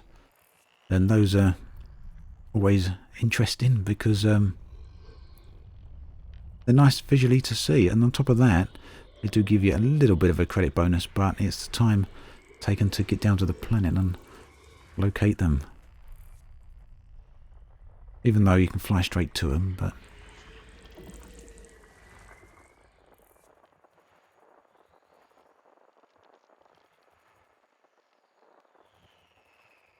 So, yeah, I will be engineering the Asp Chozo, but I'll only be engineering the bare minimum. So, Felicity Farseer for the FSD, and that'll be pretty much it, I'd imagine. There's not much need to engineer anything else for beyond that for Distant Worlds. I just want to get a decent jump range, so I'm not spending all my time at jumping.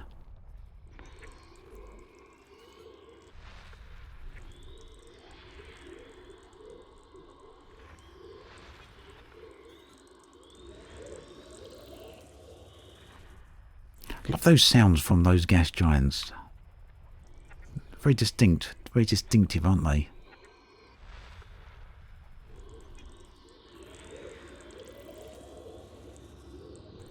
Talking of sound, let's do a bit of music.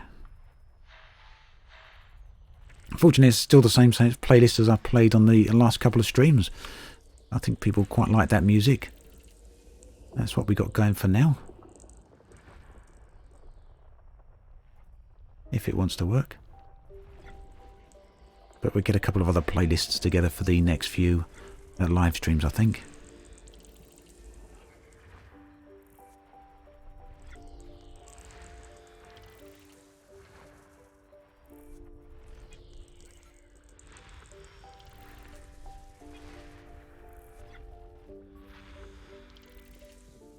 Yep, lightweight sensors, another thing I might as well modify, I guess. But I'm not too worried about lightening up the ship, really. It adds a bit, but not enough for me to spend too much time worrying about.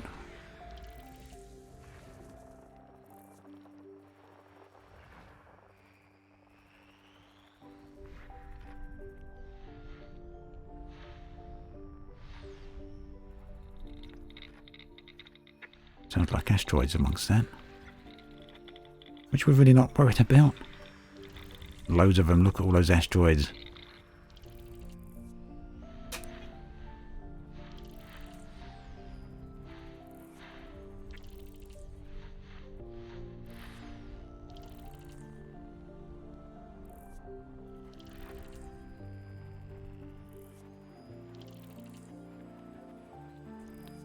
Right, still a few more worlds here.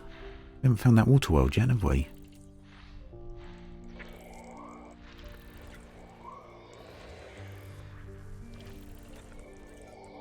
And it's crazy to think that, considering I haven't been doing this optimally, so within probably an hour and a half, if you really went straight for it, you could go from a Sidewinder to an Asp.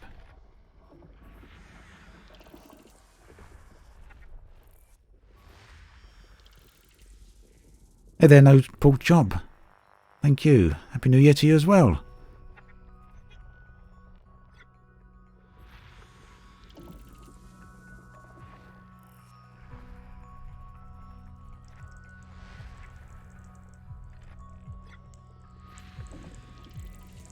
Oh, okay, thanks, Titan. I keep seeming to miss these planets. We'll backtrack in a minute. Thank you.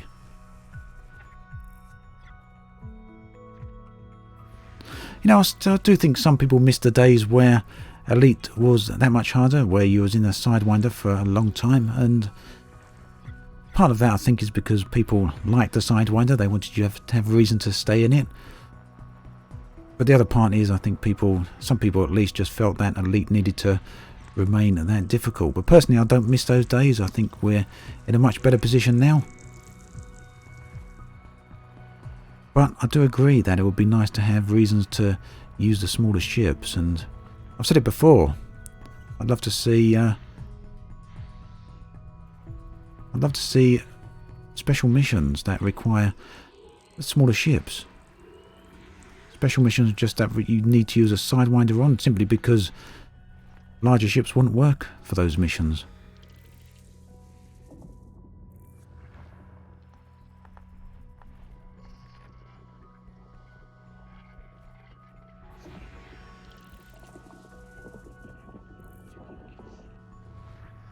So Stella, it's pretty easy to get around about 60 light years on a Asp Explorer nowadays, which is obviously quite a bit different from when you played a year ago.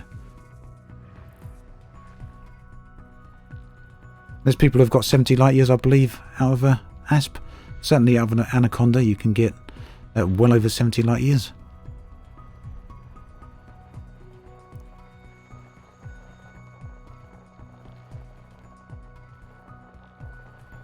So Treyas, would just going to read your question out there so people on Twitch know what you're asking.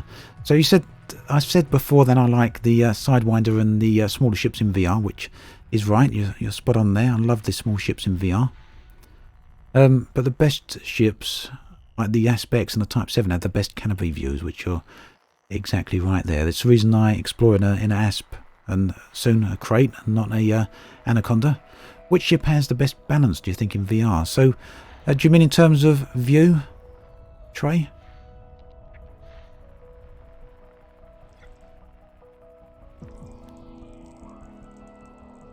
Zebadan, what are my thoughts on fleet carriers only able to carry small ships?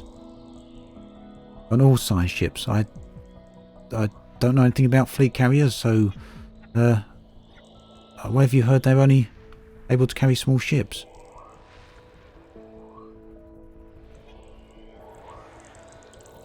Last I knew, fleet carriers are still not in the game, and Frontier haven't actively spoken about them. So we don't know even if they're coming, let alone when.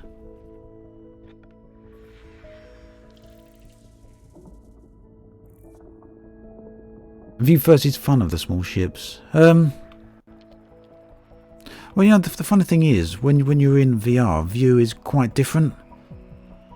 Simply because you can lean forward. You've got 6 degrees of movement when you're in your seat. You can stand up if needs be and look over the edge of your system complete. You can look over the edge of your canopy. Out the side of the windows, you can lean forward and look up. So in VR, it's kind of a very different feeling. Whilst on screen and with Track IR or eye tracking, I'd say the Lakon ships are definitely best. When it comes to being in VR, it's very, very different. Anaconda, you're still on the Corvette, you've still got a lot of your view occluded due to the nose of the ship and the front of the end of the ship. But if you're in a Cobra and all that lot, then you can just kind of lean forward. That's one of the reasons I like the smaller ships, like these. You've just got such a fantastic field of view in VR.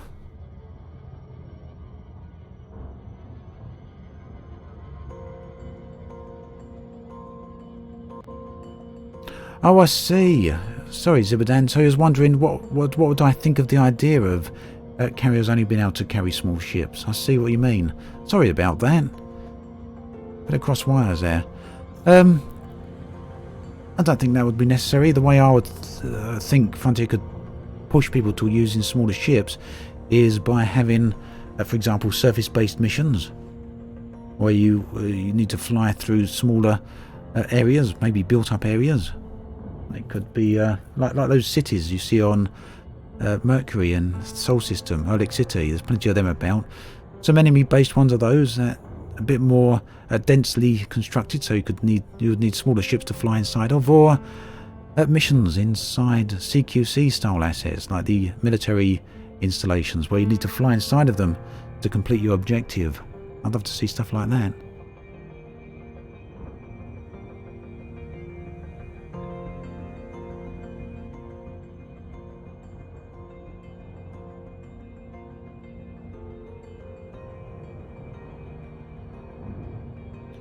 Right, another water world here. So this will be another million credits here very, very easily. I think 700,000 to a million just for the system alone. And another chunk here for scanning the planet. So, yeah, it's not Void Opal money, of course. But we're in a Sidewinder here and we're only a couple of hours into the account, so...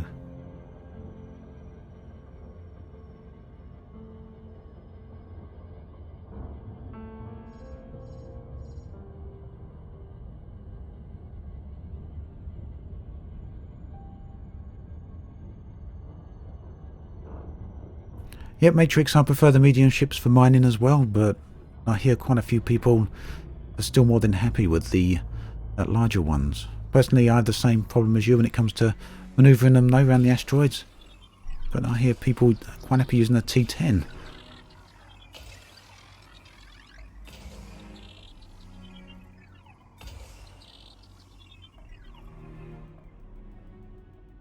Yep, Ziptrig, so this is a fresh playthrough on a brand new account, and the point is here I'm getting the money together for a Asp Explorer, so we can so I can go out on Distant Worlds 2 without committing my main account to a 6-month journey.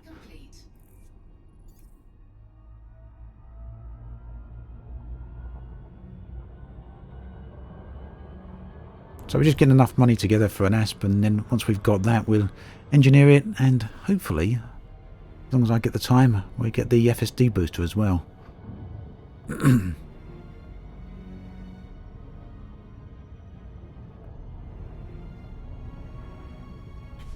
Right, let's have another look. There should be a couple of more systems to go to here. Where am I now? I've lost track of where I am.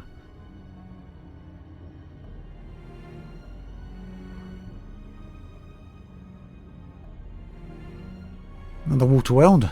Let's go to this one. Another system with another water world. He jumps away. Very much cherry picking here, but that's the point.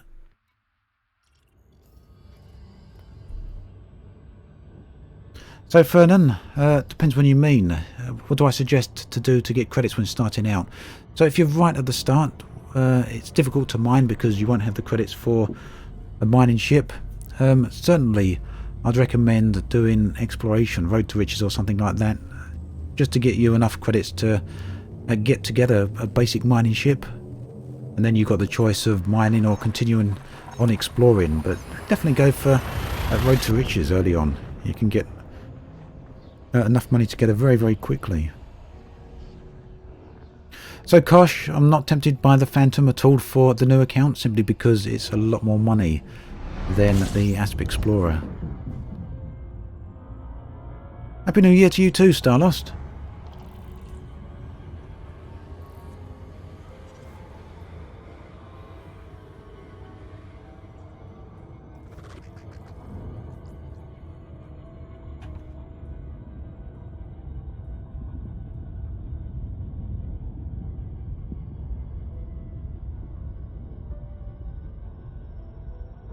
Yep, data running is a good way to make money as well when starting out, I agree. Well, no, I'm not really outside of populated space, Philip. Still very, very close to it, maybe right in the middle of it or on the outer edges. Moving around it anyway.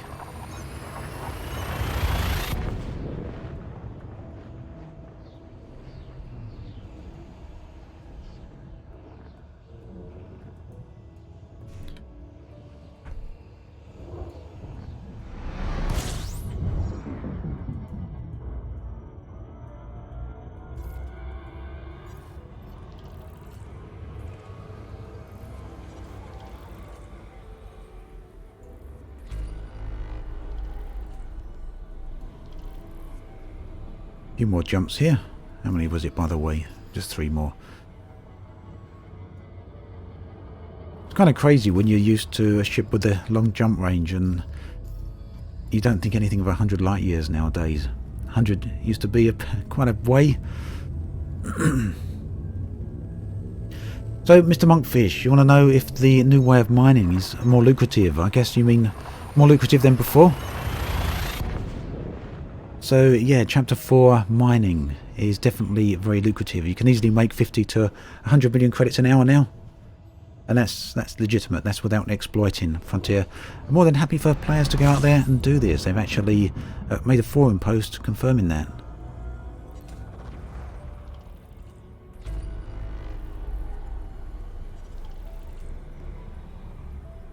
Crate Phantom's definitely worth the money, Kevin, but I'm on a new account here with limited time to get it prepped for Distant Worlds. So I'm going with an Asp and not spending the extra time for the Phantom. If I was going on my main account on Distant Worlds, I'd definitely take the Phantom. It wouldn't even be a question.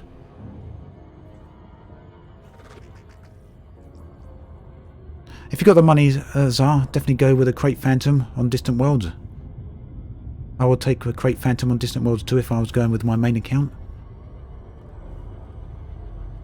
But I don't want to spend too much time building this ship up over the next 10 days, so I'm going with the Asp.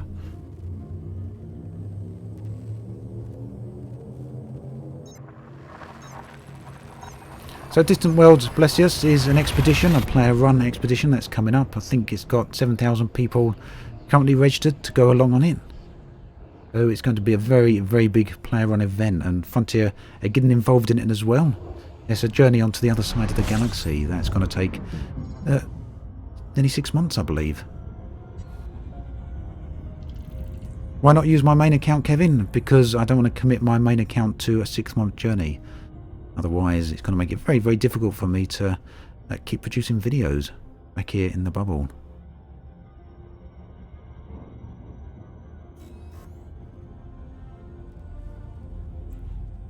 Basically, I want to give everyone the best of both worlds when it comes to videos. Some videos from Distant Worlds too. Some videos from what's going on in the bubble and all the rest of it.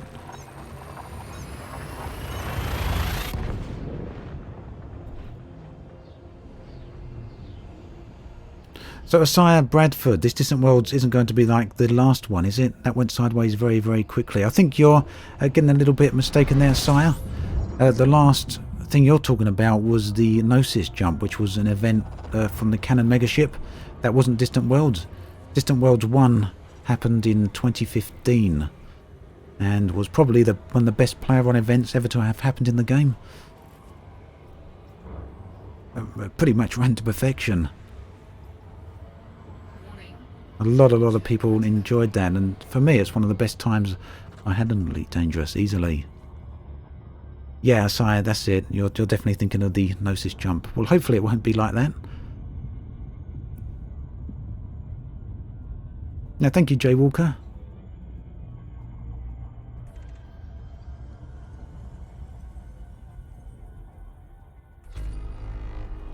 Alright, very quick scan here then.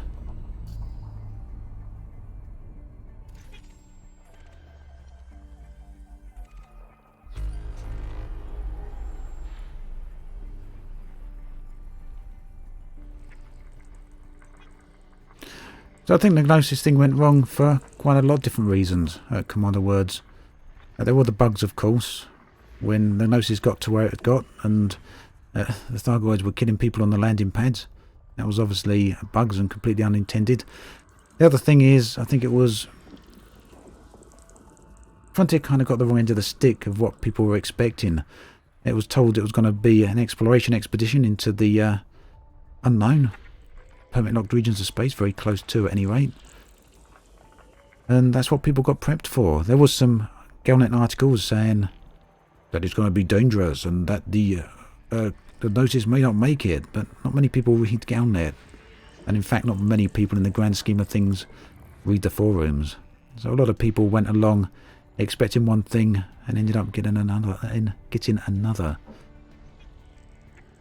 understand the reaction personally.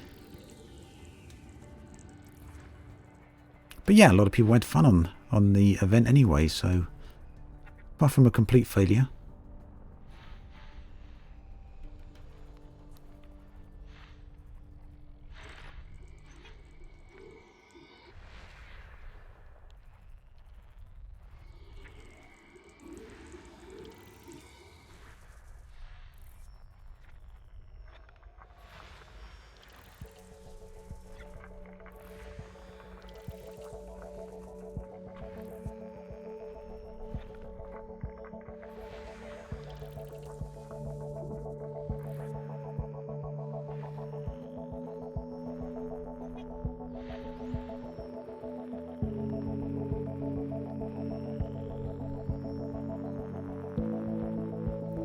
Right, getting very close here, I think, to getting this system complete.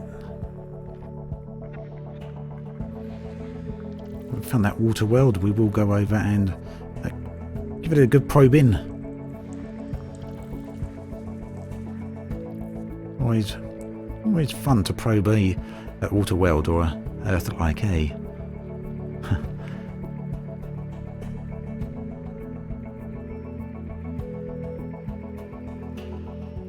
Let's try and get the systems complete, though.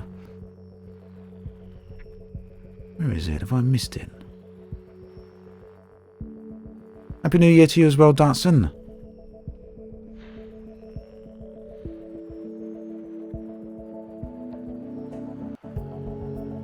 Yeah, you get quite a lot more money if you probe them at Titan, but that's not a surface scan. What I'm doing now is considered a surface scan in terms of the previous gameplay.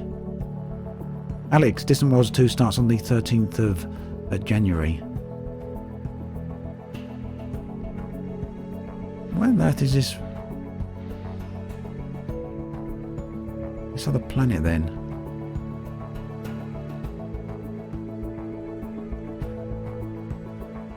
Maybe it's closer to the sun here. Ah, there you're hiding.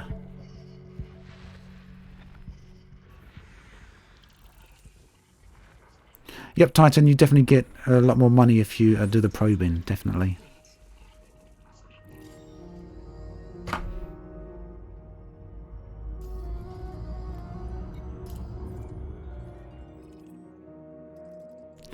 So, Lazy Crusoe, as long as you've got 33.8 or around about 34 light years, then you should be good for Distant Worlds, which you can do without engineering. Personally, though, I'd go for as high a jump distance as you can, just simply because it'll make it that much easier. And thank you, Ian Chandler. Happy New Year to you as well.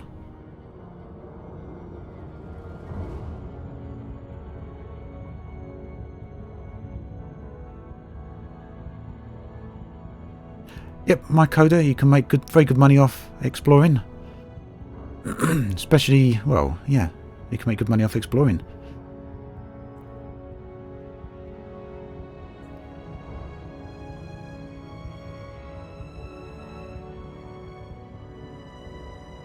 Yep, Chozo, if you're on the PC, you do need separate emails for separate accounts. I do believe the Frontier store will allow you to buy another copy of Elite Dangerous on your existing Frontier account, but when you try and log into the game, you won't be able to because they're both registered to the same email address. So you need a different email address for the second account.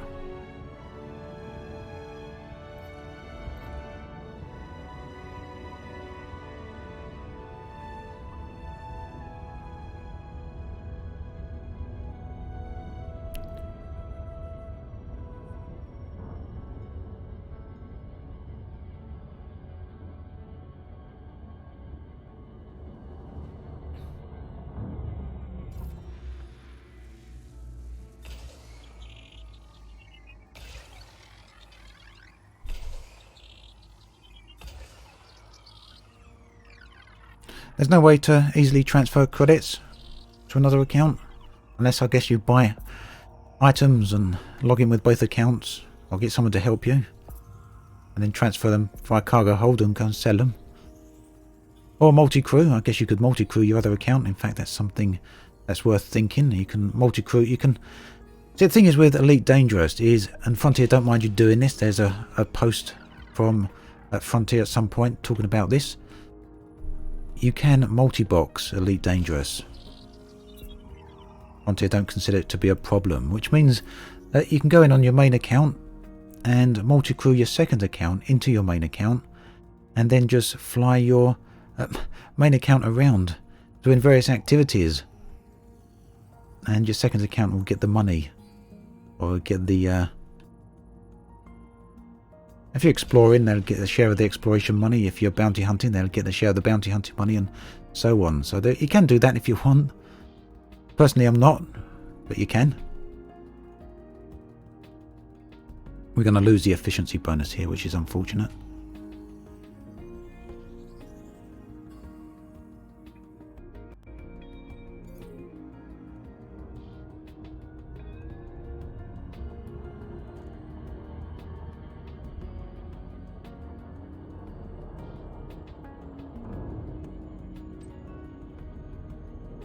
Just missed that. You do gain rank with multi-boxing Zipped because it's exactly the same as multi-crewing a friend into the game. It's just multi-crewing basically. You're just multi-crewing with two of your own accounts rather than multi-crewing with a friend. So all the rules that apply to multi-crewing work to multi-boxing. To use it, you just load up the launcher for your Elite Dangerous main account, load the game. Once in the game, Alt tab out, close down the launcher, and then open the launcher for the second account. Load the game again. Obviously you take quite a frame rate hit for doing it, but it's still playable if you've got the PC to do it.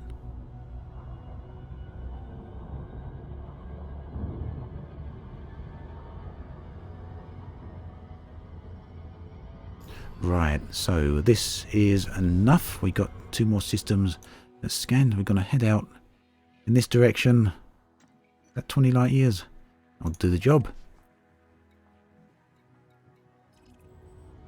And settle this data and see where we're at.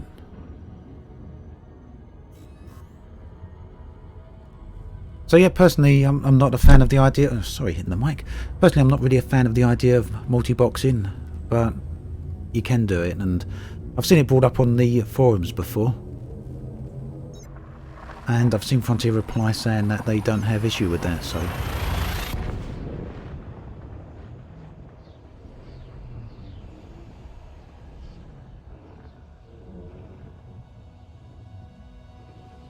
Hey, nice one, Sergeant Stubby. 50 void opals on Christmas and given away to other players. I actually tried that as well on a live stream, but there was no takers.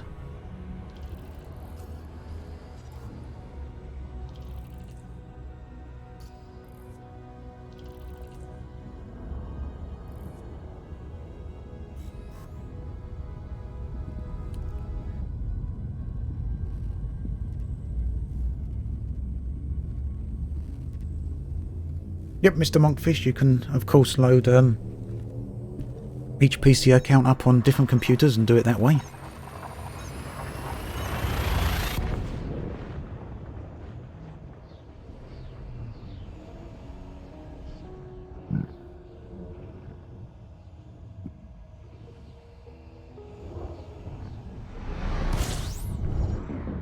I'm glad this was the destination system, because otherwise we'd have been out of fuel for the jumps. Oh wow, it would be, wouldn't it? City port at 62,000 light seconds away. Fantastic. Maybe we can jump there. I don't really want to jump, travel all that way. 62,000 light seconds is quite a lot just to sell some exploration data.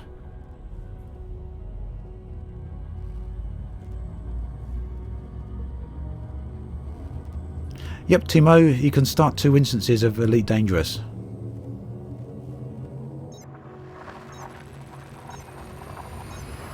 I think I made a video on it actually, about a year or so ago.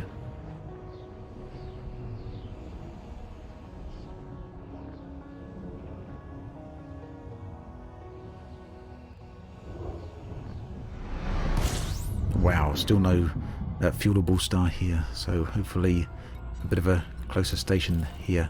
Oh, look at the difference there, 7 light seconds, much closer. Yep, Fresh, I am reading the chat. I've been talking to people in chat the entire stream. Have I missed something?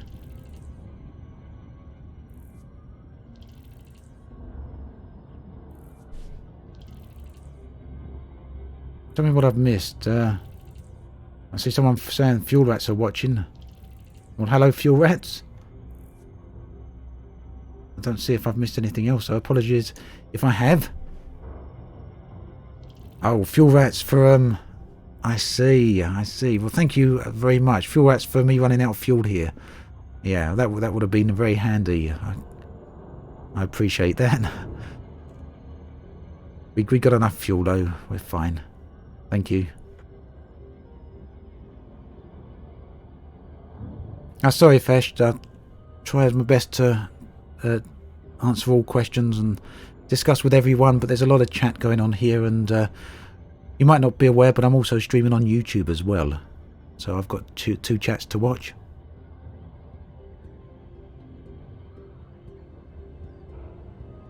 I'll try and answer as much as I can. Try and be as interactive as I possibly can. Right, so...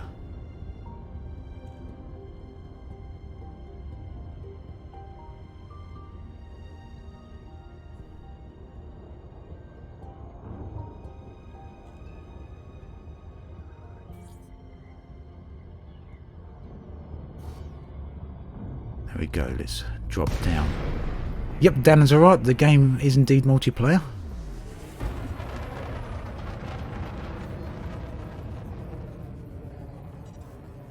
So the ship I'm prepping, Michael, is going to be an Asp Explorer once I get there, but we're getting very close towards the end of the stream now, so unfortunately we might not be able to make the purchase today.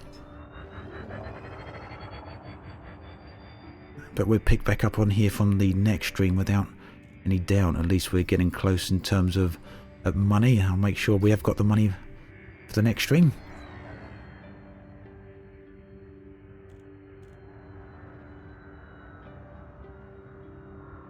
Yeah, running on fumes. I've actually seen people run out this close to the station. Yeah, Titan. I've seen that happen more than once. People running out, right, just hovering above the landing pad.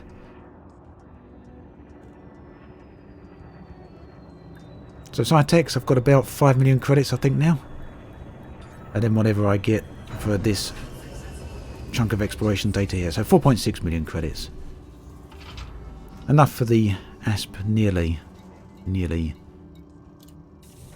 Let's sell this data and see what we get. Yeah, 1.7 million, that's probably all we're going to get for this bit. Maybe a little bit more on the next page. No, that's it.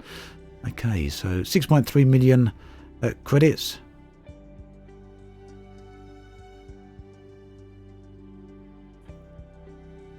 I'm going to have a think whether I'm going to go mining and try and rack that money up, or whether I'll do a bit more Road to Riches. But at the end of the day, I only need to reach about 20 million credits and then we're good to go. But I think I'm going to leave that here for today. We've been on for 2.5 hours or so. So, yeah. That's good. Thank you very much for stopping by. Sorry that we didn't get quite as far as I would like, but hopefully you'll be willing to join me in the next stream, and which is going to be on Friday, and we'll pick right up from where we're leaving off. I'll try and get a bit more money in the meantime. A couple of shout outs to everyone. Thank you to Antonio Dinardis. Thank you to Kevin. EOJ53, thank you. Thank you to Tylo and Vanswold, thank you very much. And Abdullah, thank you for becoming a member. Very much appreciated. I just want to very quickly have a look to see if there's anyone else that I should be giving a shout out to, because it's always very much appreciated when people do this for me. Now that's it. Thank you again. Right, one more thing left. What is it? It is, of course, doing a raid for the guys over on Twitch. So we're going to have a look to see who's about, and we'll go do a bit of raiding. I mentioned this before. Oh, thank you very much, Trey. Appreciated. Thank you. Yeah, for everyone wondering on YouTube, if you're not sure, raiding is where we send our Twitch viewers over to another Twitch channel so they can go on watching at someone else. Right, so I guess